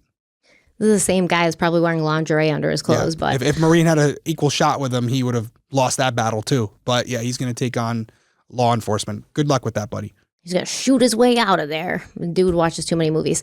So they bring him to the police station. Dennis Rader, he knows he's caught, but he still tried to play games. He spent about 3 hours lying to detectives, but that ended when investigators revealed they had his DNA and his name from the floppy disk. At that point, Rader admitted he was BTK, and he went on to detail what he'd done. But then, after hours of confession, he tried again to backpedal, claiming he was only a BTK fan. So detectives reminded him, "We have your DNA. Did you forget? Like, you're a BTK fan? What are you, like the Robin to his Batman? You're at the murders with him? What are you talking? We have your DNA, and that DNA ties you directly to the murders." And then he went back to admitting the truth. He was like, I forgot about that. You got me there. Yep, my bad. It was me. Had to try. I'm BTK. So over the course of 2 days, Rader spent roughly 30 hours confessing to murdering 10 people. Joseph, Julie, Joey, and Josephine Otero, Kathy Bright, Shirley Vianne Relford, Nancy Fox, Maureen Hedge, Vicky Wagerly, and Dolores Davis. So during the confession, Rader made sure to tell FBI agents, quote, "Normally, I'm a pretty nice guy. I'm sorry, but I am. I've raised kids. I had a wife and, president of the church, been in scouts." It goes on and on and on. But yeah, I have a mean streak in me. And it occasionally flares up, takes control. end quote. He's like, I'm a good guy. Yeah, people. deep down. I know it doesn't look like that, but like, I'm sorry, I am. Yeah. he's He so describes weird. it as someone who has a temper. Yeah, he's like, I got a mean bone in me, of course, like anybody else. I'm stalking my victims and then finding the ways to kill them and get away with it. But yeah, I'm just a normal guy at heart. I did my duties as a man. I took care of my wife, I took care of my kids. I went to work every day. Jeez, like, am I perfect? No. So Rader later told Dr. Ramsland that at this point he was worried about how his arrest would affect Paula and the children, who were now full-grown adults. Didn't think about them during the killing, so. No, I really don't think he was thinking about them even at this point, by the way. But he made an agreement with the detectives. He would draw maps to help them locate some of his hidey holes if they promised not to tear apart his home. So he didn't know that once Paula learned the truth, she never returned home. Okay, she was like, I'm done with this dude. Like, I always knew there was something weird about him. And now I walked in on him a few times, tying himself up and wearing lingerie. And this is all I need to hear. I'm done. Not going back to that house, not going back to this man. She filed for an emergency divorce. She never visited him in jail, and she never saw him again. The house was even torn down. So Carrie, his daughter, she later told ABC that neither she, her mother, nor her brother had any idea who her father truly was. They'd been living what they believed was an ordinary life. She said, quote, if we had had an inkling that my father had harmed anyone, let alone murdered anyone, let alone 10, we would have gone screaming out that door to the police station. We were living our normal life. We looked like a normal American family because we were a normal family. And then everything upended on us, end quote. And I believe this. Obviously, when Paula found out, do I believe that there was red flags for Paula? Yes, of course. Do I believe that in a marriage, you often overlook red flags when you've already been with somebody for a long time? You have kids together, you own a home together, you've built a life together, and you try to convince yourself like, oh, no, it's not as bad as it seems. But the fact that as soon as she found out he'd been arrested, she was like, I'm done. She didn't try to defend him. She didn't go to visit him to get his side of the story. To me, that says she kind of knew something was up, but also she wasn't going to support it. She wasn't one of those stand by your man type women who are like, no, it couldn't possibly be my dear sweet Dennis. How could he have done that? They believed it, right? His family were like, we didn't know, but they also weren't like, he couldn't possibly do this, right? So there's probably a little bit of something in them that was like, this dude's not completely normal. What do you think? No, I'm with you. This was just like the final nail in the coffin. She knew something was up. For me, with all of these cases, not just BTK, I think about Long Island serial killer as well. Like, how does this person carry on with their life and there's no sign to you that your significant other is engaging in something that's not normal? Whether it's infidelity or something more extreme, you're with this person day and night, 24/7. You know their coming and goings, and you probably pick up on certain things that indicate they're up to something that they shouldn't be. What that is, maybe you don't know, but you know there's something off. And so, yeah, just a little intuition that's like, I'm unsettled by this and person. Maybe there's conversations or things that have happened between you two that you know something's wrong. So yeah, maybe it was exactly the way it sounded, where she knew something was going on, couldn't really pinpoint what it was. And then once this came out, she was like, makes sense. Totally makes sense. Everything you guys are saying, it tracks. Yeah, I'm not going to tell you got the wrong guy because there's something I didn't know about what this he person. exactly was doing, but I knew he was up to something. And the way you're laying it out, and now knowing dates and times and comparing them to what I know, it definitely makes a lot of sense. Yeah, at the worst, she could have told herself like, oh, he's probably having an affair, or he's seeing somebody else, or, you know, I've walked in on him in weird positions, sexual positions before. Or maybe he's got like a kink and he's hiring somebody to help him with this, but never would I think that his family was like, yeah, he's out there murdering people. But they knew there was something off about him. Back to Rader's confession. According to him, after he finished talking for 30 hours, he was booked into jail and charged with 10 counts of murder. Now, because Kansas reinstated the death penalty in 1994, 3 years after his alleged final murder, he could not face capital punishment. Instead, if convicted, he'd get life in prison. So as Rader sat behind bars, detectives executed their search warrants. Inside a locked metal filing cabinet at Rader's office, they found what he had called his mother lode.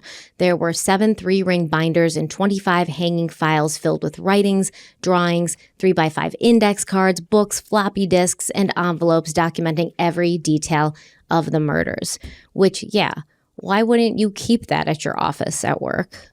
What? Why would you 25 hanging files filled with writings and floppy disks and envelopes documenting the details of the murders? Now, beneath the desk drawer, they discovered a large manila envelope containing dozens of drawings of women bound to torture devices, along with photos of Dennis Rader himself posed in bondage. So the amount of material was staggering. It essentially mapped out the entire case for prosecutors. Rader's defense attorneys knew this. They considered an insanity plea, but competency evaluations concluded Dennis Rader was not insane. Instead, evaluators suggested he might have... Stupid, but not insane. Yeah. not mentally Congrats, you're dumb. ill. Stupid, evil, but not insane.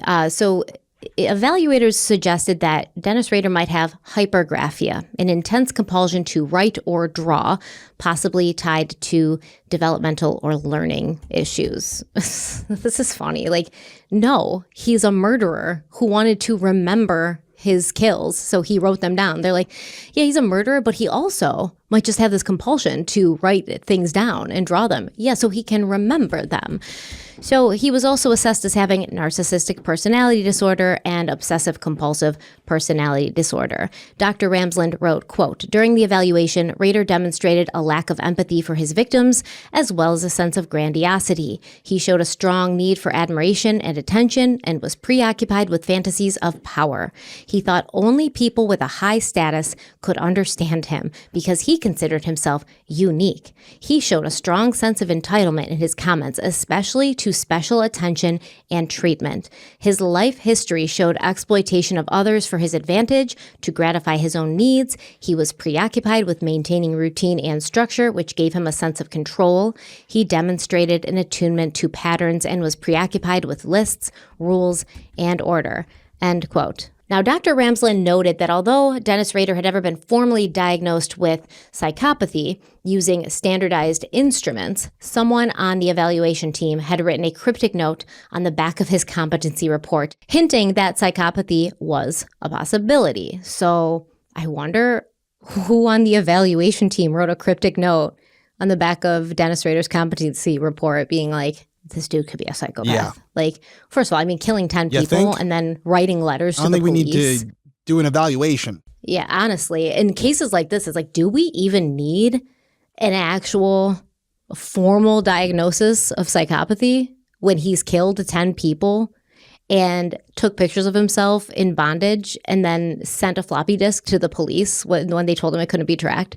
Do we need to know anymore? Yeah, do we need to confirm that, or can we pretty much all assume this is probably the case? I mean, listen, I always say it with these, even just one murder, right? If it's not like one of those cases where it's a little iffy as to if the murder or I should say homicide was justified, cases like this to me, where it's clearly a premeditated murder that this person carried out for no specific reason, I have always said that I don't know what the diagnosis would be for that person, but clearly there's something wrong where they feel like this is the way to conduct yourself. Like they feel like in order to get what they want, they can just take it. Or if they're so angry at a person or they dislike a person so much, they can take their life. So for me, if your rationale ever leads you down that road, then there's something wrong with you. Yeah, but these are strangers he's going after. Well, that makes it even worse. I dislike this person. I have a motive. I don't know this person, and I'm going to just kill them in cold blood and enjoy it. I think you're a psychopath. Isn't every serial killer technically a psychopath? Like, if they're not, then who the hell is? Because it's very much like, hey, the profile is superficial charm, grandiosity, check, lack of empathy, lack of remorse, check, pathological lying, manipulation, check, emotional shallowness, check. Like, what are we talking about here? You definitely are. Yeah, and I agree with you. So it's not even a diagnosis of whether they're a psychopath. It's more of, are they a psychopath or are they a sociopath? Was there some empathy there? Did they have some conscience when they conducted these acts? If the answer is no, psychopath. If the answer is yes, sociopath. But at the baseline, we know, yes, something is off here. There's a chemical imbalance. That's for sure. No type of analysis needed to figure that out. I don't think there is. I don't think there is a chemical imbalance. I genuinely don't. Like, he's found legally sane, cognitively normal.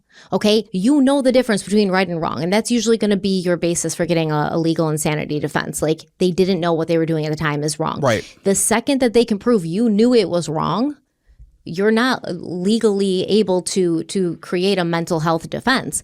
It's just he was driven by power and fantasies, not mental instability. That's a classic psychopathic profile. Like, you want to put power over other people. You want to make yourself feel better and bigger by, dominating and hurting others.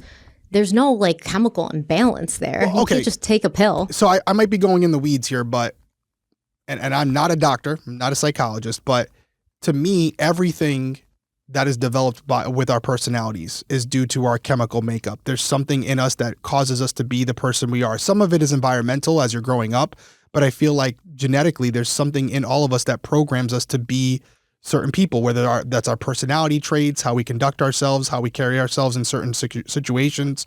So what I'm saying is, with someone who may have this urge to do what you're saying, take control, have power, there's a gradient of that, right? Like, there's entrepreneurs who want to have power and control and all these things over others, and they find ways to do it that are legal and reasonable. Where with this type of person, their choice of action is to tie someone up or murder them. And so for them to think that's the correct course of action, I'm saying chemically, they are different than any of us, or most of us, I should say. It might not be chemically, but you follow what I'm trying to say? Maybe I'm not smart enough to explain it. It might be physically. Like, I just did a case about a 12-year-old girl who was a killer. And, they said that. Yeah, there's something predetermined in her. There's a genetic makeup there, that a mapping in her brain that's not wired correctly. So in the brain, it's like those areas of your brain, like the amygdala, the hippocampus, the ACC, which has guilt and conflict monitoring, those are smaller and have reduced activation in people who are considered to be psychopaths. So yeah. The only preface I'll say, because I've seen other cases of this as well, there are some people where it might be, and I'm not using the correct terms, but like a genetic mapping from the time you're born. I also think, as I kind of mentioned quickly, the experiences you have in life, the environments you're in, like post-traumatic stress and all these things, can rewire your brain as well to cause you to become someone that maybe you weren't originally. So it's not always predetermined when you're born. I'm not saying that. I don't want to open a can of worms.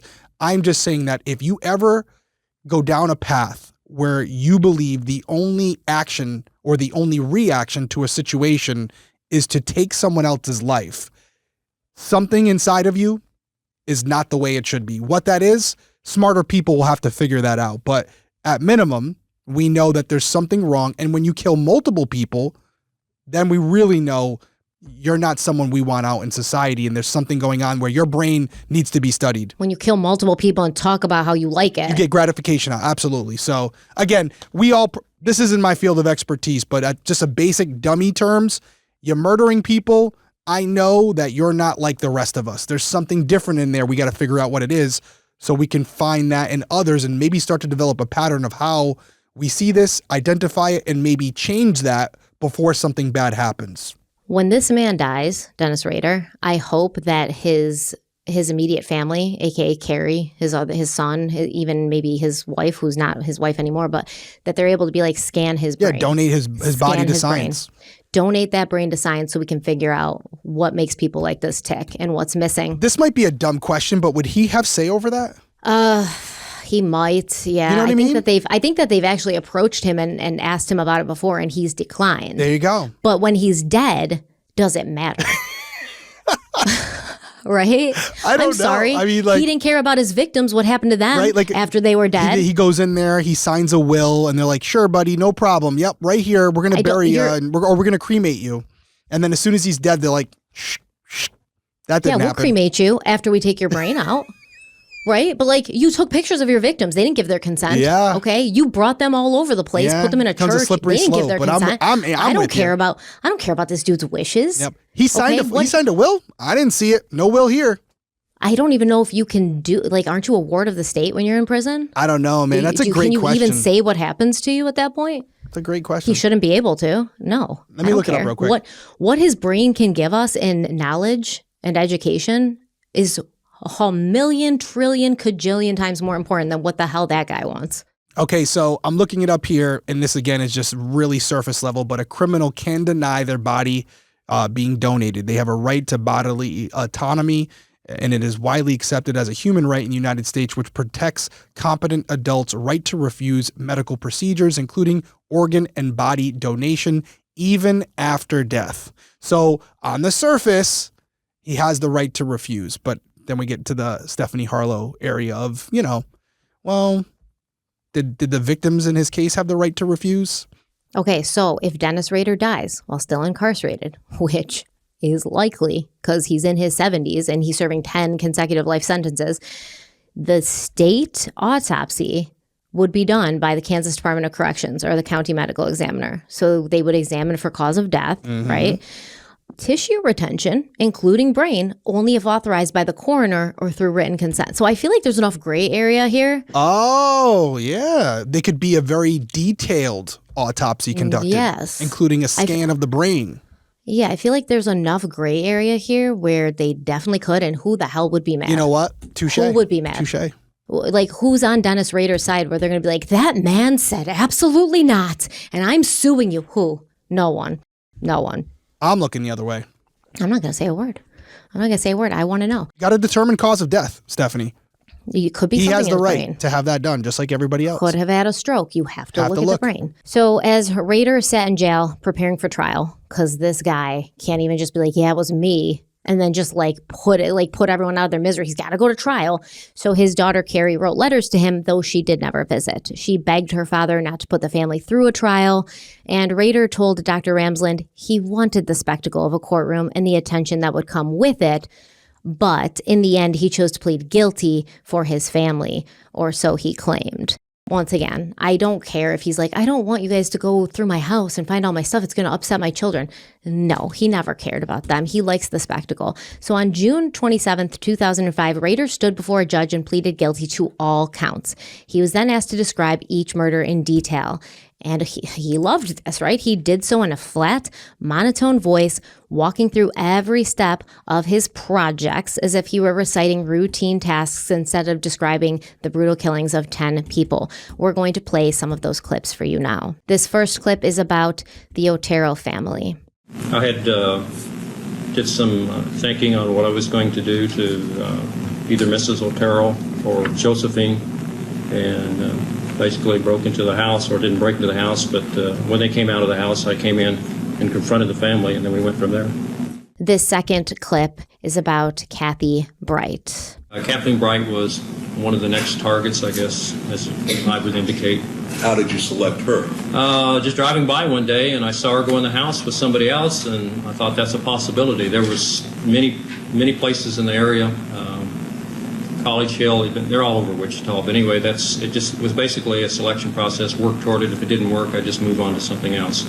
But in my kind of person, stalking and scrolling, you go through the trolling stage and then a stalking stage. She was in the stalking stage when this happened.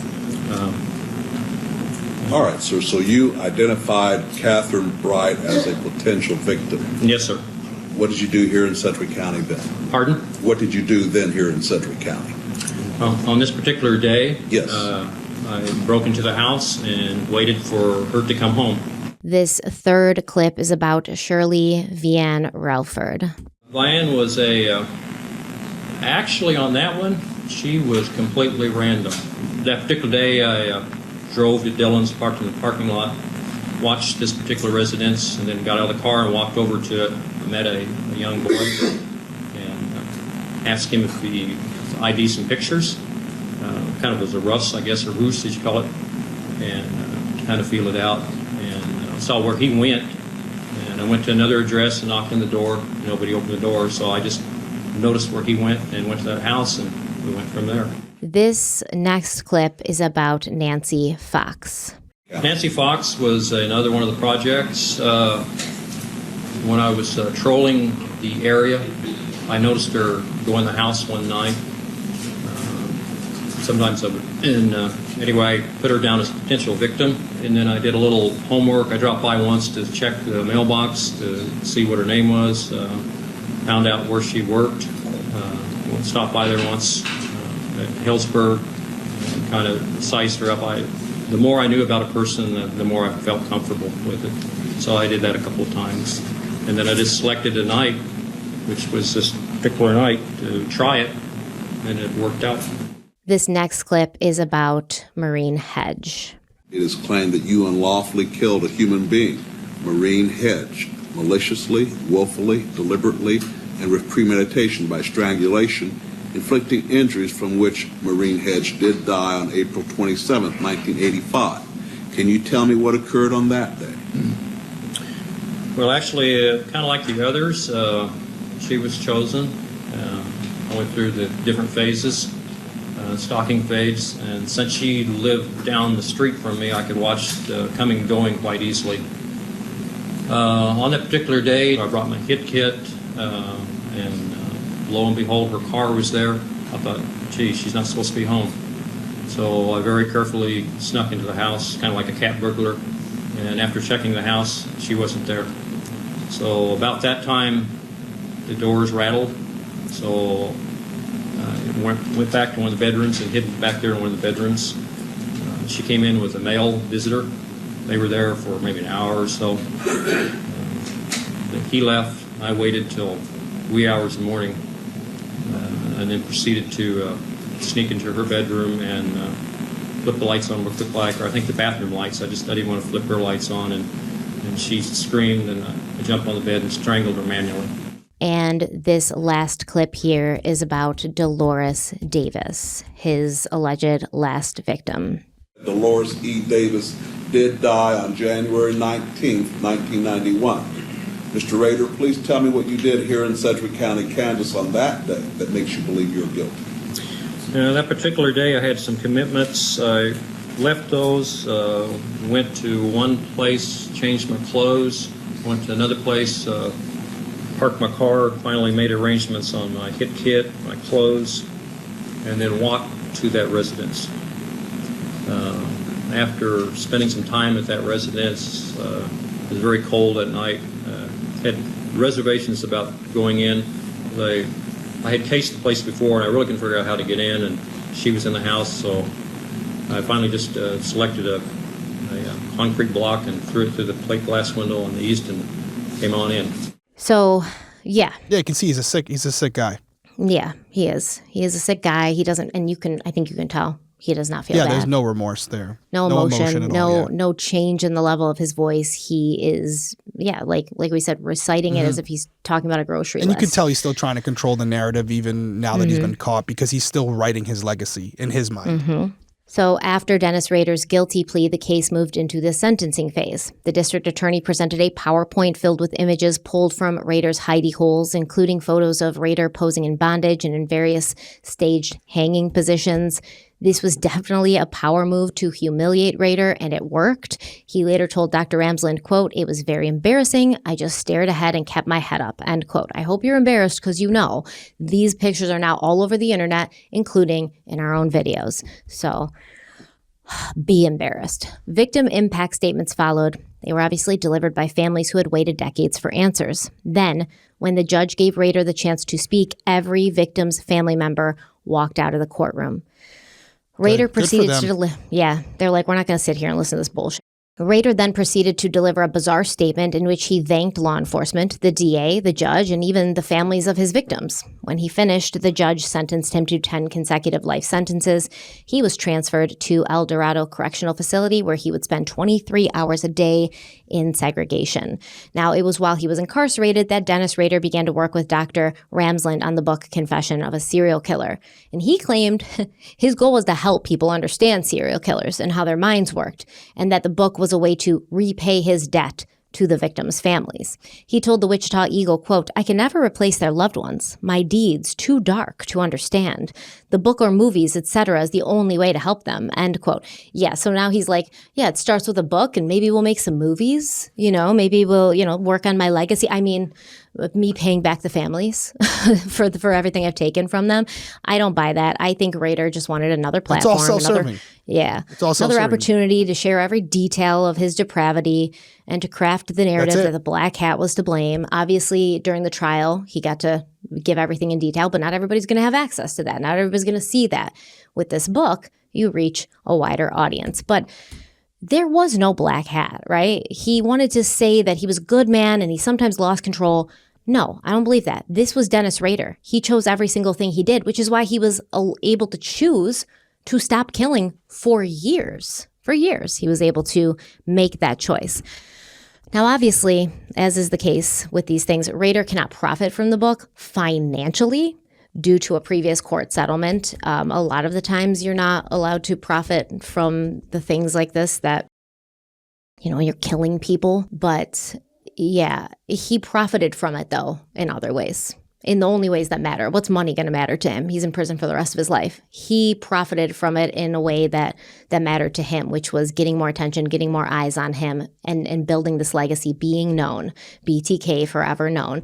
Hopefully after this series, forever known as an absolute bumbling idiot who really wanted to be the Zodiac killer, but couldn't manage it if he tried. So in her 2016 book, Dr. Ramsland raised an important question. Does Dennis Rader have additional victims he hasn't admitted to?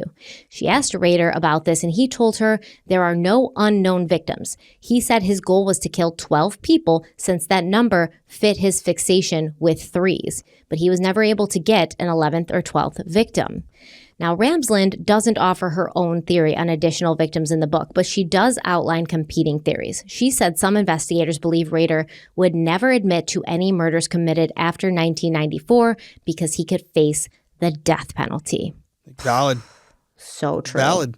So true. But as she points out, he seemed genuinely surprised during his interrogation to learn the death penalty didn't apply to him. And he openly admitted that he planned to kill again in 2004, which would have put him in jeopardy. But no, come on, man. Let's not let Dennis Rader manipulate us. He seemed genuinely surprised. The dude walked around like the president of the church and a Boy Scout leader and a good husband and father for decades while he killed people. I think he can act. I think he can pretend to be something he's not, including genuinely surprised. Yeah. So he openly admitted to planning to kill again. You can't charge somebody with planning to kill again. You can't give somebody the death penalty for planning to kill again. Yeah.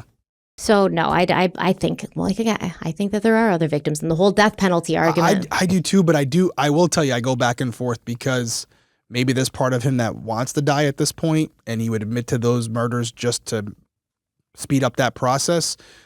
But it is it kind of goes back. I kind of go back and forth on it because on one end he could admit to the other ones and quote unquote build his legacy, and yet he chooses not to. I don't know, but I'm with you. I do. If you made me, like you had said earlier, if you made me put my money where my mouth is, I would say there's more. I know, man. At this point, honestly, was he genuinely surprised about the death penalty? He trusted the police to tell him whether or not that floppy disk was going to, I definitely think he's genuinely surprised about the death penalty. That guy was not doing his research. Yeah, but he was paying attention to, how DNA and forensics were coming along, so you don't think he would have paid attention to the whole death penalty, debate and question on the news? I don't know. I think that we'll never truly know because he could pretend to be and act however he wanted. So Dr. Ramsland also noted that none of Rader's journal entries contain unidentified victims, though she knows he's repeatedly bragged that police never found all his hidey holes and that he sometimes destroyed evidence. So ultimately, she leaves the question unresolved. But she isn't the only one who's questioned whether Rader killed more than 10 people. We've been raising that possibility throughout this entire series. For years, though, these questions were mostly speculation until recently, actually, August 2023, when Rader was suddenly named the prime suspect in two unsolved cases. 16-year-old Cynthia Cindy Kinney, who disappeared in Oklahoma, and Shauna Garber, who was murdered in Missouri in 1990. Now, since the 2023 announcement, DNA has identified Shauna's killer as someone else, Telfie Reeves. That cleared Rader, so we won't go into detail on that case. But Cindy's case, that remains open. So Cindy disappeared from Osage, Oklahoma on June 23, 1976, after leaving a laundromat on Kakaya Street. Witnesses saw her get into a faded beige 1965 or 1966 Plymouth Belvedere with a man and two women, all in their late teens or early 20s. She was never seen again. Her case eventually went cold. Now in 2023, detectives revisiting Cindy's case began looking at Dennis Rader as a possible suspect for several reasons. Osage is about a 2.5-hour drive from Wichita, making travel plausible. A bank across the street from the laundromat had recently installed an ADT system, and there was a Boy Scout museum nearby, though there's no evidence to prove that Dennis Rader ever went to either place. In addition to those possible ties, detectives also decoded more of Rader's lengthy word puzzle from 2004, and they found several terms that tied directly to Cindy's case. So Cindy, Kinney, Osage, laundromat, and Kakaya.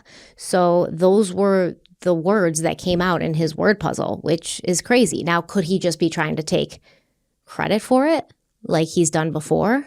I don't know, because that's a really long time. If this happened in the 70s, which it was in 1976, that's a long time for Dennis Rader to hold back and then suddenly just place these clues in there, even though he had nothing to do with her death or her disappearance. So police also learned that Dennis Rader had a 1976 journal entry titled PJ Bad Wash Day, where he described a brunette target and wrote that he would, quote, watch the nearby laundromat for a possible victim, end quote. So she left a laundromat on, I hope I'm saying this right, Kakaya Street. I mean, I'm reading it with you, and definitely not my strength, so I'm rolling with you. In Osage, Oklahoma, okay. And he wrote in his little word puzzles, Cindy, Kinney, Osage, laundromat, and Kakaya. I hope I'm saying that right. Which, that's kind of crazy. So what do you think? I don't know. I guess I can get to where you're going to talk about it again, but Kerry was involved with this, trying to help out. And I've heard, not directly from Kerry, but I've heard some things from people connected to this whole ordeal. And I'll just say this. It doesn't look like he is responsible for this one, and maybe some of the evidence connected to him, allegedly, wasn't as strong as it was portrayed to people. So he intentionally put her identifying details into his word puzzle to once again mislead police? Listen, there could be a connection to it. I've just heard from some people that I trust that when Kerry reached out to work these cases and help out, they may have learned that some of the things that they thought were strong indicators that he was involved with it maybe weren't the case. I'll let that story be told by someone else, but yeah, I would agree with you that having these things in there, if it's exactly in these word puzzles, the way it's being described, too much of a coincidence for me. If I'm looking at it and all of these words are in there, like you said, Cindy, Kindy, Osage, laundromat, and then that word specifically, the Kakai. Yeah, which is the street. That's a very difficult word to just pull out of your ass. So I mean, it's Cindy, and her name's Cindy Kinney. Yeah, I mean, there you go. But it almost seems too overt to me. But if it's exactly the way it's been conveyed to us, I think he's probably somehow involved. Or did he learn about this case and start to put that out there as just another Jake, right? Where he was trying to make it look like he may be connected to Cindy's whatever happened to her, even though he really wasn't. Yeah, that's what I'm thinking. It's either that, but once again, this is happening in 2005 that he's making this word search. Right. She goes missing in 1976. Jake was a very recent case in his neck of the woods that he would see on TV. I'm with you. How would he know about Cindy in Oklahoma? Yeah, I'm interested to see what happens, if anything, with the Oklahoma cases. Like I said, there's been rumblings through people that are in the field that I've heard from that had some involvement with this. Again, not Kerry, have not spoke to her about it, but that maybe things were presented a certain way where they were like, oh, this is promising. And then when they got down there and actually broke down some of the evidence, it wasn't as strong as they thought. I hope I'm wrong, but that's what I heard. And again, it's all kind of in the rumor mill of people in the the investigatory space. Well, detectives released this information about his potential tie to Cindy Kinney publicly, and then Dennis Rader's daughter, Carrie, reached out and offered to help with the investigation. Yep, this is what I was referring, yeah. Yeah. After meeting with Osage detectives, she traveled with the team to visit Rader in prison. This is the first time she's seen him since his arrest. And Carrie said she asked him about Cindy, and he spiraled into rambling explanations, but ultimately denied involvement. Oklahoma investigators interviewed him as well. Rader admitted he had fantasized about abducting a girl from a laundromat, but insisted he wasn't involved in Cindy's disappearance. So following that interview, Osage detectives searched the empty Park City lot where Rader's house once stood. They found what they called items of interest, including at least one trophy belonging to a known victim and bondage materials. Everything was sent for forensic testing, though it's unclear what those results revealed, if anything. Unfortunately, since 2024, there have been no major updates in Cindy's case or any of the other cases considered for possible ties to Dennis Rader. He's not been charged with any additional murders, and to this day, investigators are still trying to determine whether the 10 known victims represent the full count or whether Rader left more devastation behind. Now, if the authorities announce any breakthroughs, we will make sure to keep you updated. But for now, that's everything we have in this case. Dude's in prison for the rest of his life, and I think it's possible he has more victims, but maybe not after 1991, but maybe before. Because remember, when he said the Otero case was the Otero murders was his biggest murder, because of the multiple people. He didn't say it was his first. Didn't say it was his first. You're right. Yeah. Right, and the wording can be key. Now, my takeaway is just thinking about the victims and their families and everybody that's been affected by this case, including the communities that this occurred in, and how it affected and uprooted everybody at that time, not knowing who they could trust. And the positive side is he's off the streets. He's no longer going to hurt anybody else, but there probably are a lot of unanswered questions and maybe cases and other victims that we haven't identified yet who are also connected to Dennis Rader and may shed some light for the families that were affected. Maybe some of these victims haven't even been found yet. And so from everything that we've covered, the one thing that we have learned is that the unknown is almost worse than the knowing. And so giving these families these answers before they leave this earth, I think is important. And that's why we have to keep fighting for them. It may not bring the victims home, but it's important to get those answers for the people that remain behind and spend every single day wondering what happened to their loved one. For me, like I say, every case that we cover where it's a case that's very prominent in the news, has gotten a lot of coverage, I sometimes ask myself, why are we covering it if everything's already been covered by so many podcasts? And the truth, for me personally, I'm not speaking for you, is I learn from them. There is something in it for me where I feel after listening to the case and kind of breaking it all down, I become a better detective. I learn about the MO of every single killer that we cover, their processes, their practices, what they did right, what they did wrong, how they chose their victims, and ultimately how they were apprehended. So just for an example, in this case, I did not know that it was ultimately Carrie's DNA that connected Dennis Rader to this crime. Now, I know they had a plethora of other evidence after the floppy disk, but it was kind of reversed from there, right? Where everything that he had sent off to them, they were able to connect the dots from there. But it really was the, nail in the coffin, if you will, when Carrie's DNA matched the killer. And that's really what got him. So for me, that was fascinating.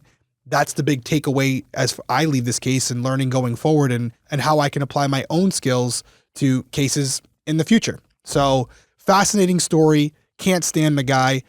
Always think about Carrie. And after covering it as deeply as we did, I have even more respect for Carrie and her ability to move forward and carry on and use the tragedy that she went through and the trauma that she experienced to at least attempt to help others. Like you had said at the end of this episode, Carrie voluntarily reached out to try to help them.